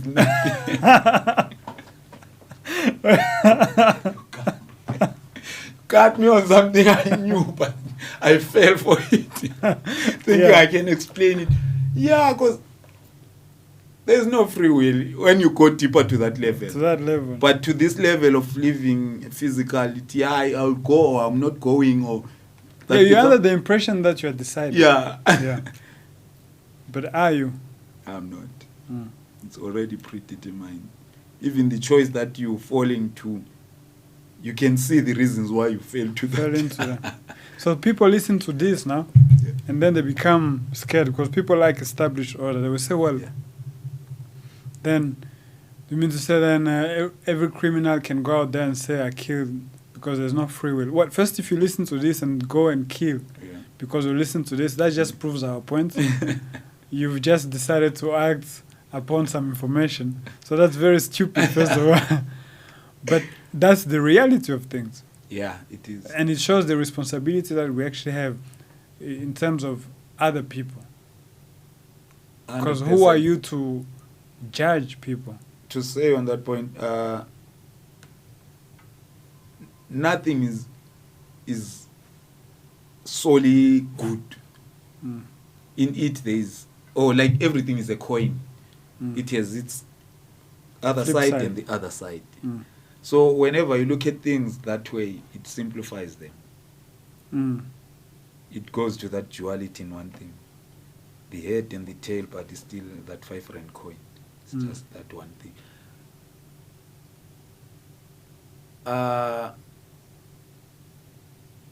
the good and bad in us. Is the fact that you think there's good and bad. Yes. That's the real evil. That's That's the real evil. All these people that shout from window to window, behave. Yeah, now you're punching me. You're punching me. Yeah, you know the ones that claim behave. Yeah. Those are really evil people. But they claim I'm the evil one. Yeah, Who they're course. calling out to behave. Yeah, Why are you thinking this way? Why are you saying this way? yeah. So There's some in others. us, there's this thing that has all the right way of doing things. Though in you, there's something different from what's... How so? I don't understand. Whatever we go through or we talk about, Mm. my side of the brain or me will think this is thee. And you looking at that very same thing. Yeah, according to my past information, Yes, I would you say have differently. your... Exactly. Yeah. So it makes us all feel like I'm big than the other one. Or I know than the other one. Yeah, you're the center. You see? Mm. That causes conflict again, right? That is the real conflict. Because that conflict starts within yourself even. Yeah. That thinking process. One thought assuming superiority over the other thought. Over the other. Yeah. But they are both thoughts. Yeah, you bring all of that nonsense out here. Yeah. Now we find. Now imagine. Now it's 4 guys fighting. It's not even 2. That's what happens even in relationships. Yeah. I have a relationship with myself. Yeah. And my partner has a relationship with themselves. Mm. And then we forge another relationship. And sometimes you go ask advice to, especially women, they ask Yeah. advice to their family members. Aish. So now you bring it's 20 people It's fighting. 20 people, but it looks like it's 2. Yeah.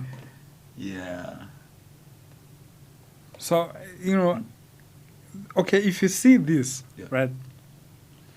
Because, you know, for me, when I do this, right, Yeah. it's not, at first, I don't see any choice in doing this, the discussion, the podcast. Yeah. And also, I feel there's some sort of responsibility to actually do it. Yeah. People tend to sometimes, including myself, to take it Yeah. as some sort of entertainment, you know, just life demanding action. Yeah. But I feel there's value in seriously looking at your own movement of life. If you do see it, Yeah. actually, not just say, okay, well, I learned, it's like I know 1 + 1 = 2, Yeah. but to be with the reality of 1 + 1 = 2, right? Yeah. Then that must affect your life. Like, how will you navigate life with this kind of understanding? So I also, to forge maybe my own way of living, I read also, or I watched, or I was told about the 12 things you need in life, being knowledge, wisdom, understanding, freedom, equality and justice, food, clothes and shelter, love, peace and happiness. Those 12. But they say the top ones, as in knowledge, will rule over all these other ones, right? If I want to get love, I need knowledge of love. And everything, when it comes to knowledge, it's layered like an onion. You can open another layer, it's still an onion, but the deeper you go, the more you'll cry. So in all those things, I feel like, I believe also they complete a simple factual life if everybody could get that easily without having to fight for those things. Maybe life would be more orderly. Yeah. or structured, whatever the word. But due to, as I said, everything is layered. I know of love, but I only know the top layer of love. Which is, what's the top layer of love? I need to find somebody who will love me. Ah. It's still called love, right? Yeah. But you need to understand, the more you go deeper about love, you find knowledge about love, you'll understand all the depths of understanding the other person, how they feel, all those. But when at first, it was just me knowing there's love. I need love. Or I need shelter. What is love according to you? Quickly, like I used love is accepting things for what they are. So no problem. Seeing facts. Yeah, I would say. I think for me that's what I call love. Living a factual life. That would be that would be yeah. borrow from the Christianity. Yeah, not this fake love, this romance and whatnot. No, that's not. Yeah. It's living a factual life. When you're jealous, you are. Because when using my partner, I use it as it. When I say I love you, it implies as you are. I won't change anything in you. You are what you are. I am what I am. Then we can say we love each other. But if though there is those instances, I'm trying to fix it. I'm trying to change it. Yeah, acknowledging that from what was initial love. Yeah, actually, still it's love. You can say, well, I'm not going to try to change you. Yeah. That's a lie. Yeah. We'll try. We so try. You're not living a factual life. A factual life, if you were really loving, you would tell all of this to your wife or partner. Look, I don't love you the way, there's some things that you do, I don't like it. Remember, and I'm trying to change to prove that love doesn't change anything. If we are able to express it, we love everything and everybody. That's the definition of it. Okay. Loving everything as it is and everybody as it is. But I find myself trying to make it in a way, move things or somebody to be in a position where I can love them. Yeah. And I feel like everybody's doing the same. Yeah. 100%. So are we loving things? Most of the time, loving people, the way it is, the way people call love, is the more you are manipulative, the more you love. You are laughing. So if I can convince you that I love you, then I really love you. It's a psychological game. Yeah, it's a psychological love. Because if a guy comes and tells you what he really thinks, most people are, they value, they respect that, but, they'd rather have people that are lying to themselves. Because the lying, man, it happens a lot. Remember to express something from your head. You will mold it to a way that I will understand it. Yeah. Through that, you have made it a lie. Yeah, true. So it proves you're right. There is no point of communicating. Because every time we communicate, you get to that point to decide I lie. Yeah, you always you put filters. Yes. But I think, if you can see that, or you live a factual life psychologically, and then you try at least your best to live that factual life. Yeah. And if there's ever any chance that you can play the game from outside the game, and you have another who's also doing the same, then you can say that you love that person. You can act together and try to bring love or order. Otherwise, it's just it's nonsense. It's just chaos. What you're demanding from each other. It's impossible. Someone will claim, I know that person. Like, no, you don't know that person. I mean, do they even know themselves? I know that person hit you.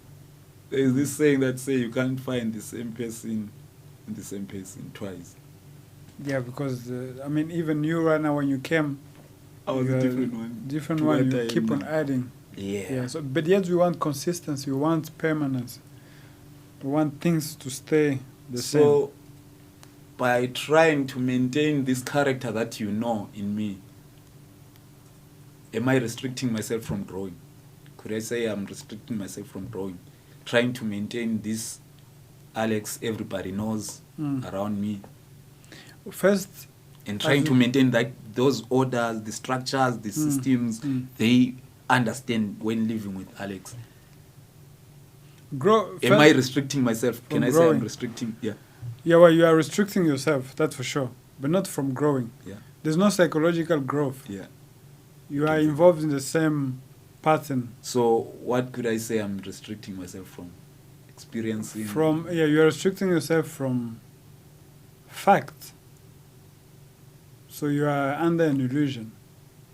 You're probably restricting yourself from really living, because, I mean, living is new. It's, yeah, you want to stay in the past. Why? But I think more importantly, you are restricting yourself from getting out of the pool. I see everybody doing that now. All All of of the us. pool, the pool is warm. It's warm now. Yeah, the pool is warm. I see everybody. I see all of us. We're doing the same. Yeah. We don't want to leave the pool. Yeah, because outside the pool. But Yet we know. yeah, you know, the pool is warm, but you see the problem with the pool is Yeah.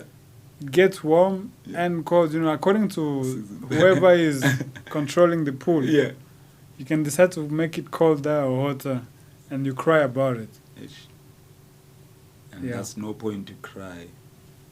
Yeah, There's no place to be crying. No, there's no place to be It's crying, not but how can you not? helping. But how can you not if someone Pain is. comes to you, you find your child, the head is gone? You can't. And that's what you are attached to. You're attached to living in this pool. This dream inside a dream. Yeah. Yeah, but people say dream gets- inside of a dream, but do they see that it's a dream? If you really see that it's a dream, then wake up. Amen. It's nice sleeping. Hmm? It's nice. It's nice sleep. Isn't we even coined what? Ignorance is bliss. Yeah. We're But- trying to say the same thing. We don't want to wake up. But it's well, people say ignorance is bliss, but all they're attached to is knowledge. Why don't Yeah. they wanna, why don't they want to be ignorant then? Amen. It's like we're contradicting ourselves in everything. You know, the whole thing is not serious. Yeah. we can see. Yeah, because being serious, really, to be honest, I don't know if it's not an easy job. Probably, people would. I mean, if you were to be really serious about life, you would probably drop 80% of what you're doing. It's not easy to Yeah, drop it's not. 80%. Yeah, it's not. I guess it's the grand design. Sometimes I look at it to give up. I'll say it's the grand design. Yeah. To mean to say it's a way of accepting it as it is. Mm. Leaving it in God's hands. Not God's hand. Well, he's the grand designer. Yeah, he is the grand Well, designer. can you say, if you say it's the grand designer, there must be a designer. So you know what I say that Yeah. to that? Yeah. I say that's shying away from your responsibility. Yeah, we need to sometimes. Yeah, but when you don't take your responsibility Yeah. seriously, there are consequences. So suppose, I'm just saying suppose, Yeah. suppose you were the grand designer Yeah. and you've abandoned your design. I've forgotten that it's my design. I'm looking for somebody who designed this thing. That's then where you're we stuck. are as people. We have forgotten who designed. We're looking for the person who designed. Yeah. But we were there when it was designed. So then there's no way out. Yeah. We're stuck, man. I think we approached what we had in mind. Yeah. Why? Yeah. I think that was the question. Right? Why do we? Why life? Why life? We started by saying it's learning. It's not learning. I guess it's the illusion of learning. It's an illusion of learning. Mm. Yeah, so the best word that defines these things that seem like we're saying this but not saying this would be illusion. Illusion. Yeah. That puts it into something that I can understand easily. Because I'll find myself debating myself. I'm saying this, but I'm doing this. Mm. How does that happen? I say I will save money, but I shout all my money. Out. So, am I in charge, or there's something in charge of me? No, It's you have those no small freedom. things. Like You have no freedom of will. you said, you will wake up at this time, but when that time You hits, change your mind. you change your mind. Yeah. I'll lose weight, but I'm eating this McFeast or whatever I'll gain weight or I'll do. But we always say this and do this or do this and say this. Which literally means without conflict, Yeah. you have no proof of yourself. You need that conflict. Without conflict, there's no life. So by me getting myself into that sticky situation, finding myself, I didn't do this. You find purpose. Yeah. Yeah. Okay. You find purpose. You find movement. Yeah. So you need a very skilled devil to bring out the trouble. So it's even, would it be right to say things like pain are like teachers to us? Great teachers. I mean, that's why you're careful when traveling, when crossing the road, when cooking. So most of these things that we fully understand is because of pain. Because of suffering. Of suffering, yeah. Yeah. Suffering or pain. Okay, suffering. Are we creating that suffering so that we can keep on? So more like we're creating these wars, these diseases, this to keep on. Yeah, some we create. We've gotten to a point where we can create diseases and so on. But the suffering is initial. Initial in the sense that, I mean, think of the illusion of being. How much suffering that must involve in it. Yeah. Because, I mean, why are you creating an illusion? Not being there is a bit complicated. We'd rather have the illusion. Okay. Otherwise, why the illusion? Not being there is too much. Yeah, it makes sense. Yeah, so these are just small layers that we're experiencing, diseases and so on. Yeah. And every disease, where is the disease taking you? Taking you back. Yeah. Yeah. Yeah, it makes sense. Yeah, so no conflict, no life. No suffering, no life. No life. No thoughts, no life. No thoughts, no life. More like... There's no freedom here. It's completely illusory.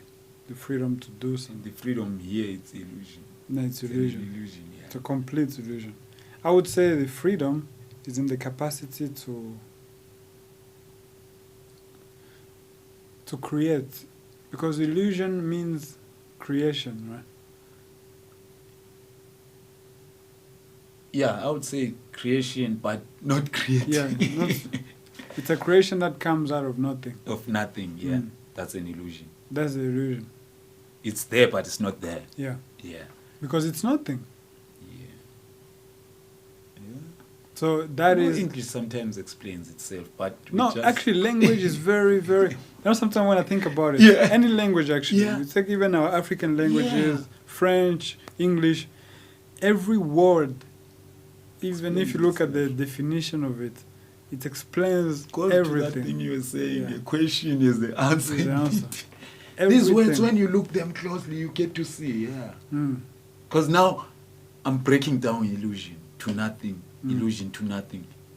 You're like, really, it's an illusion because there's nothing.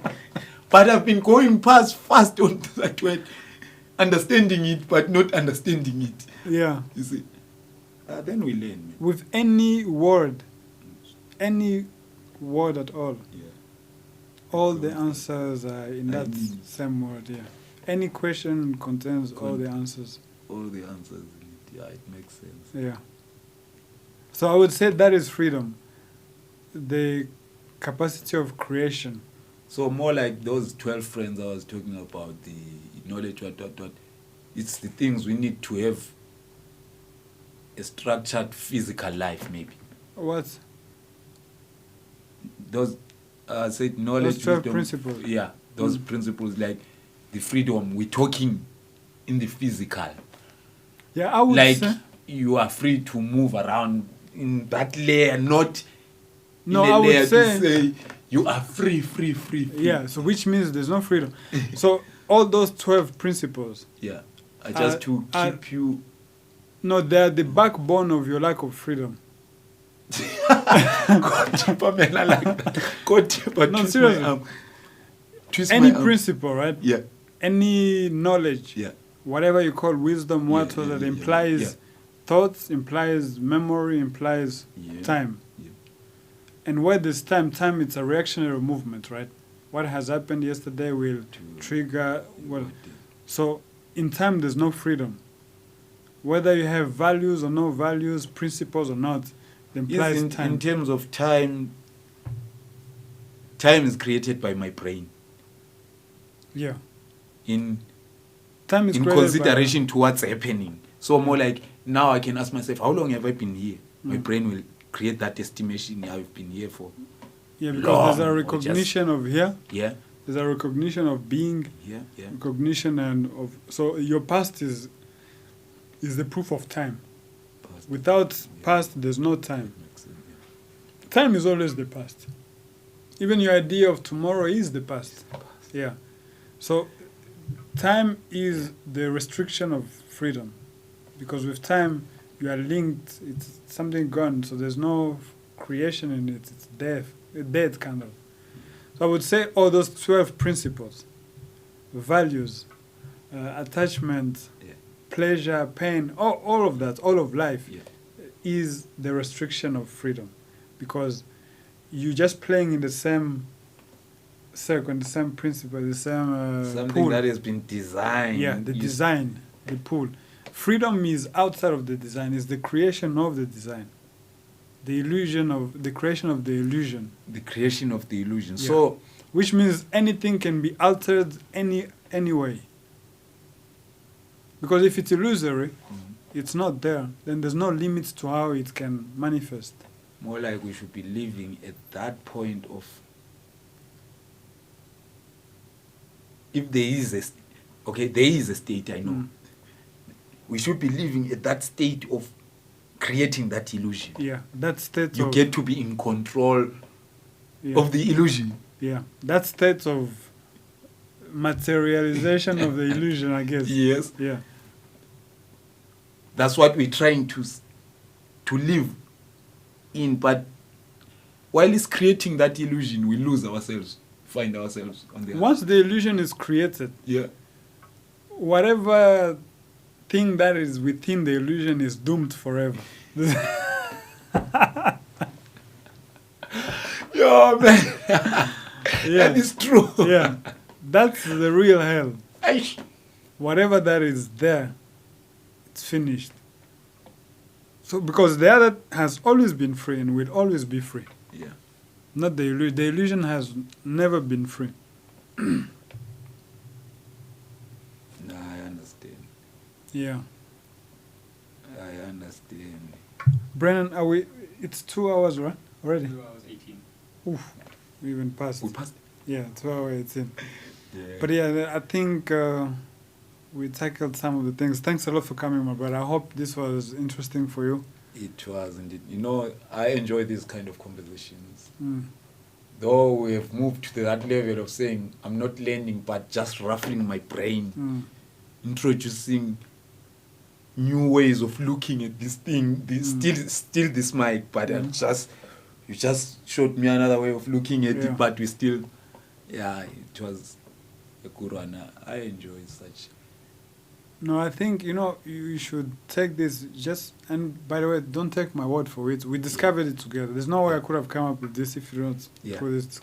But if possible, when life doesn't impose you to fight with it, because that's life, it's fighting. Yeah. Try and see how this thing works in a quiet place when you can. Come up with the conclusions that you can then drop for you to be able to come up with facts and see how that turns out. It's much more serious than how we're putting it, because here we've discussed about it. Yeah. But if we are talking about illusion actually coming to life, it's a very serious. Yeah, because talking about it, it's like chasing that shadow, that shiny thing on the road. Yeah. So whenever we talk about it keeps on. But I understand when I do it, like experience. Experience it. Yeah, immerse myself into it. It's always because I get those glimpses where it just happened automatic, but it's like you became aware of what just happened. You're like, did it? Did it not? Yeah. But it's a. You see in that tiny second of you trying now to be aware of what happened. Yeah. The entire history of life has happened. The illusion has just come, but you can't see it. Yeah. Because you get to be immersed there. You see the processes of it, or you feel, or you think. But there is a point where, personally, I lose it. I end up having the final product, or the results are here now, be it's the ones or not, but the results are here now. But there is always a gap where I can't figure out. No, and see, that's the thing. Yeah. Running away from it is by trying to figuring it out, not being okay with that boredom you talked about. Yeah. The secret is in the boredom. In the boredom.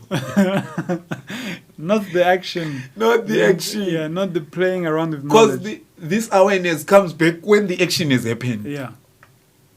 And then you're trying to trace what just happened. Yeah.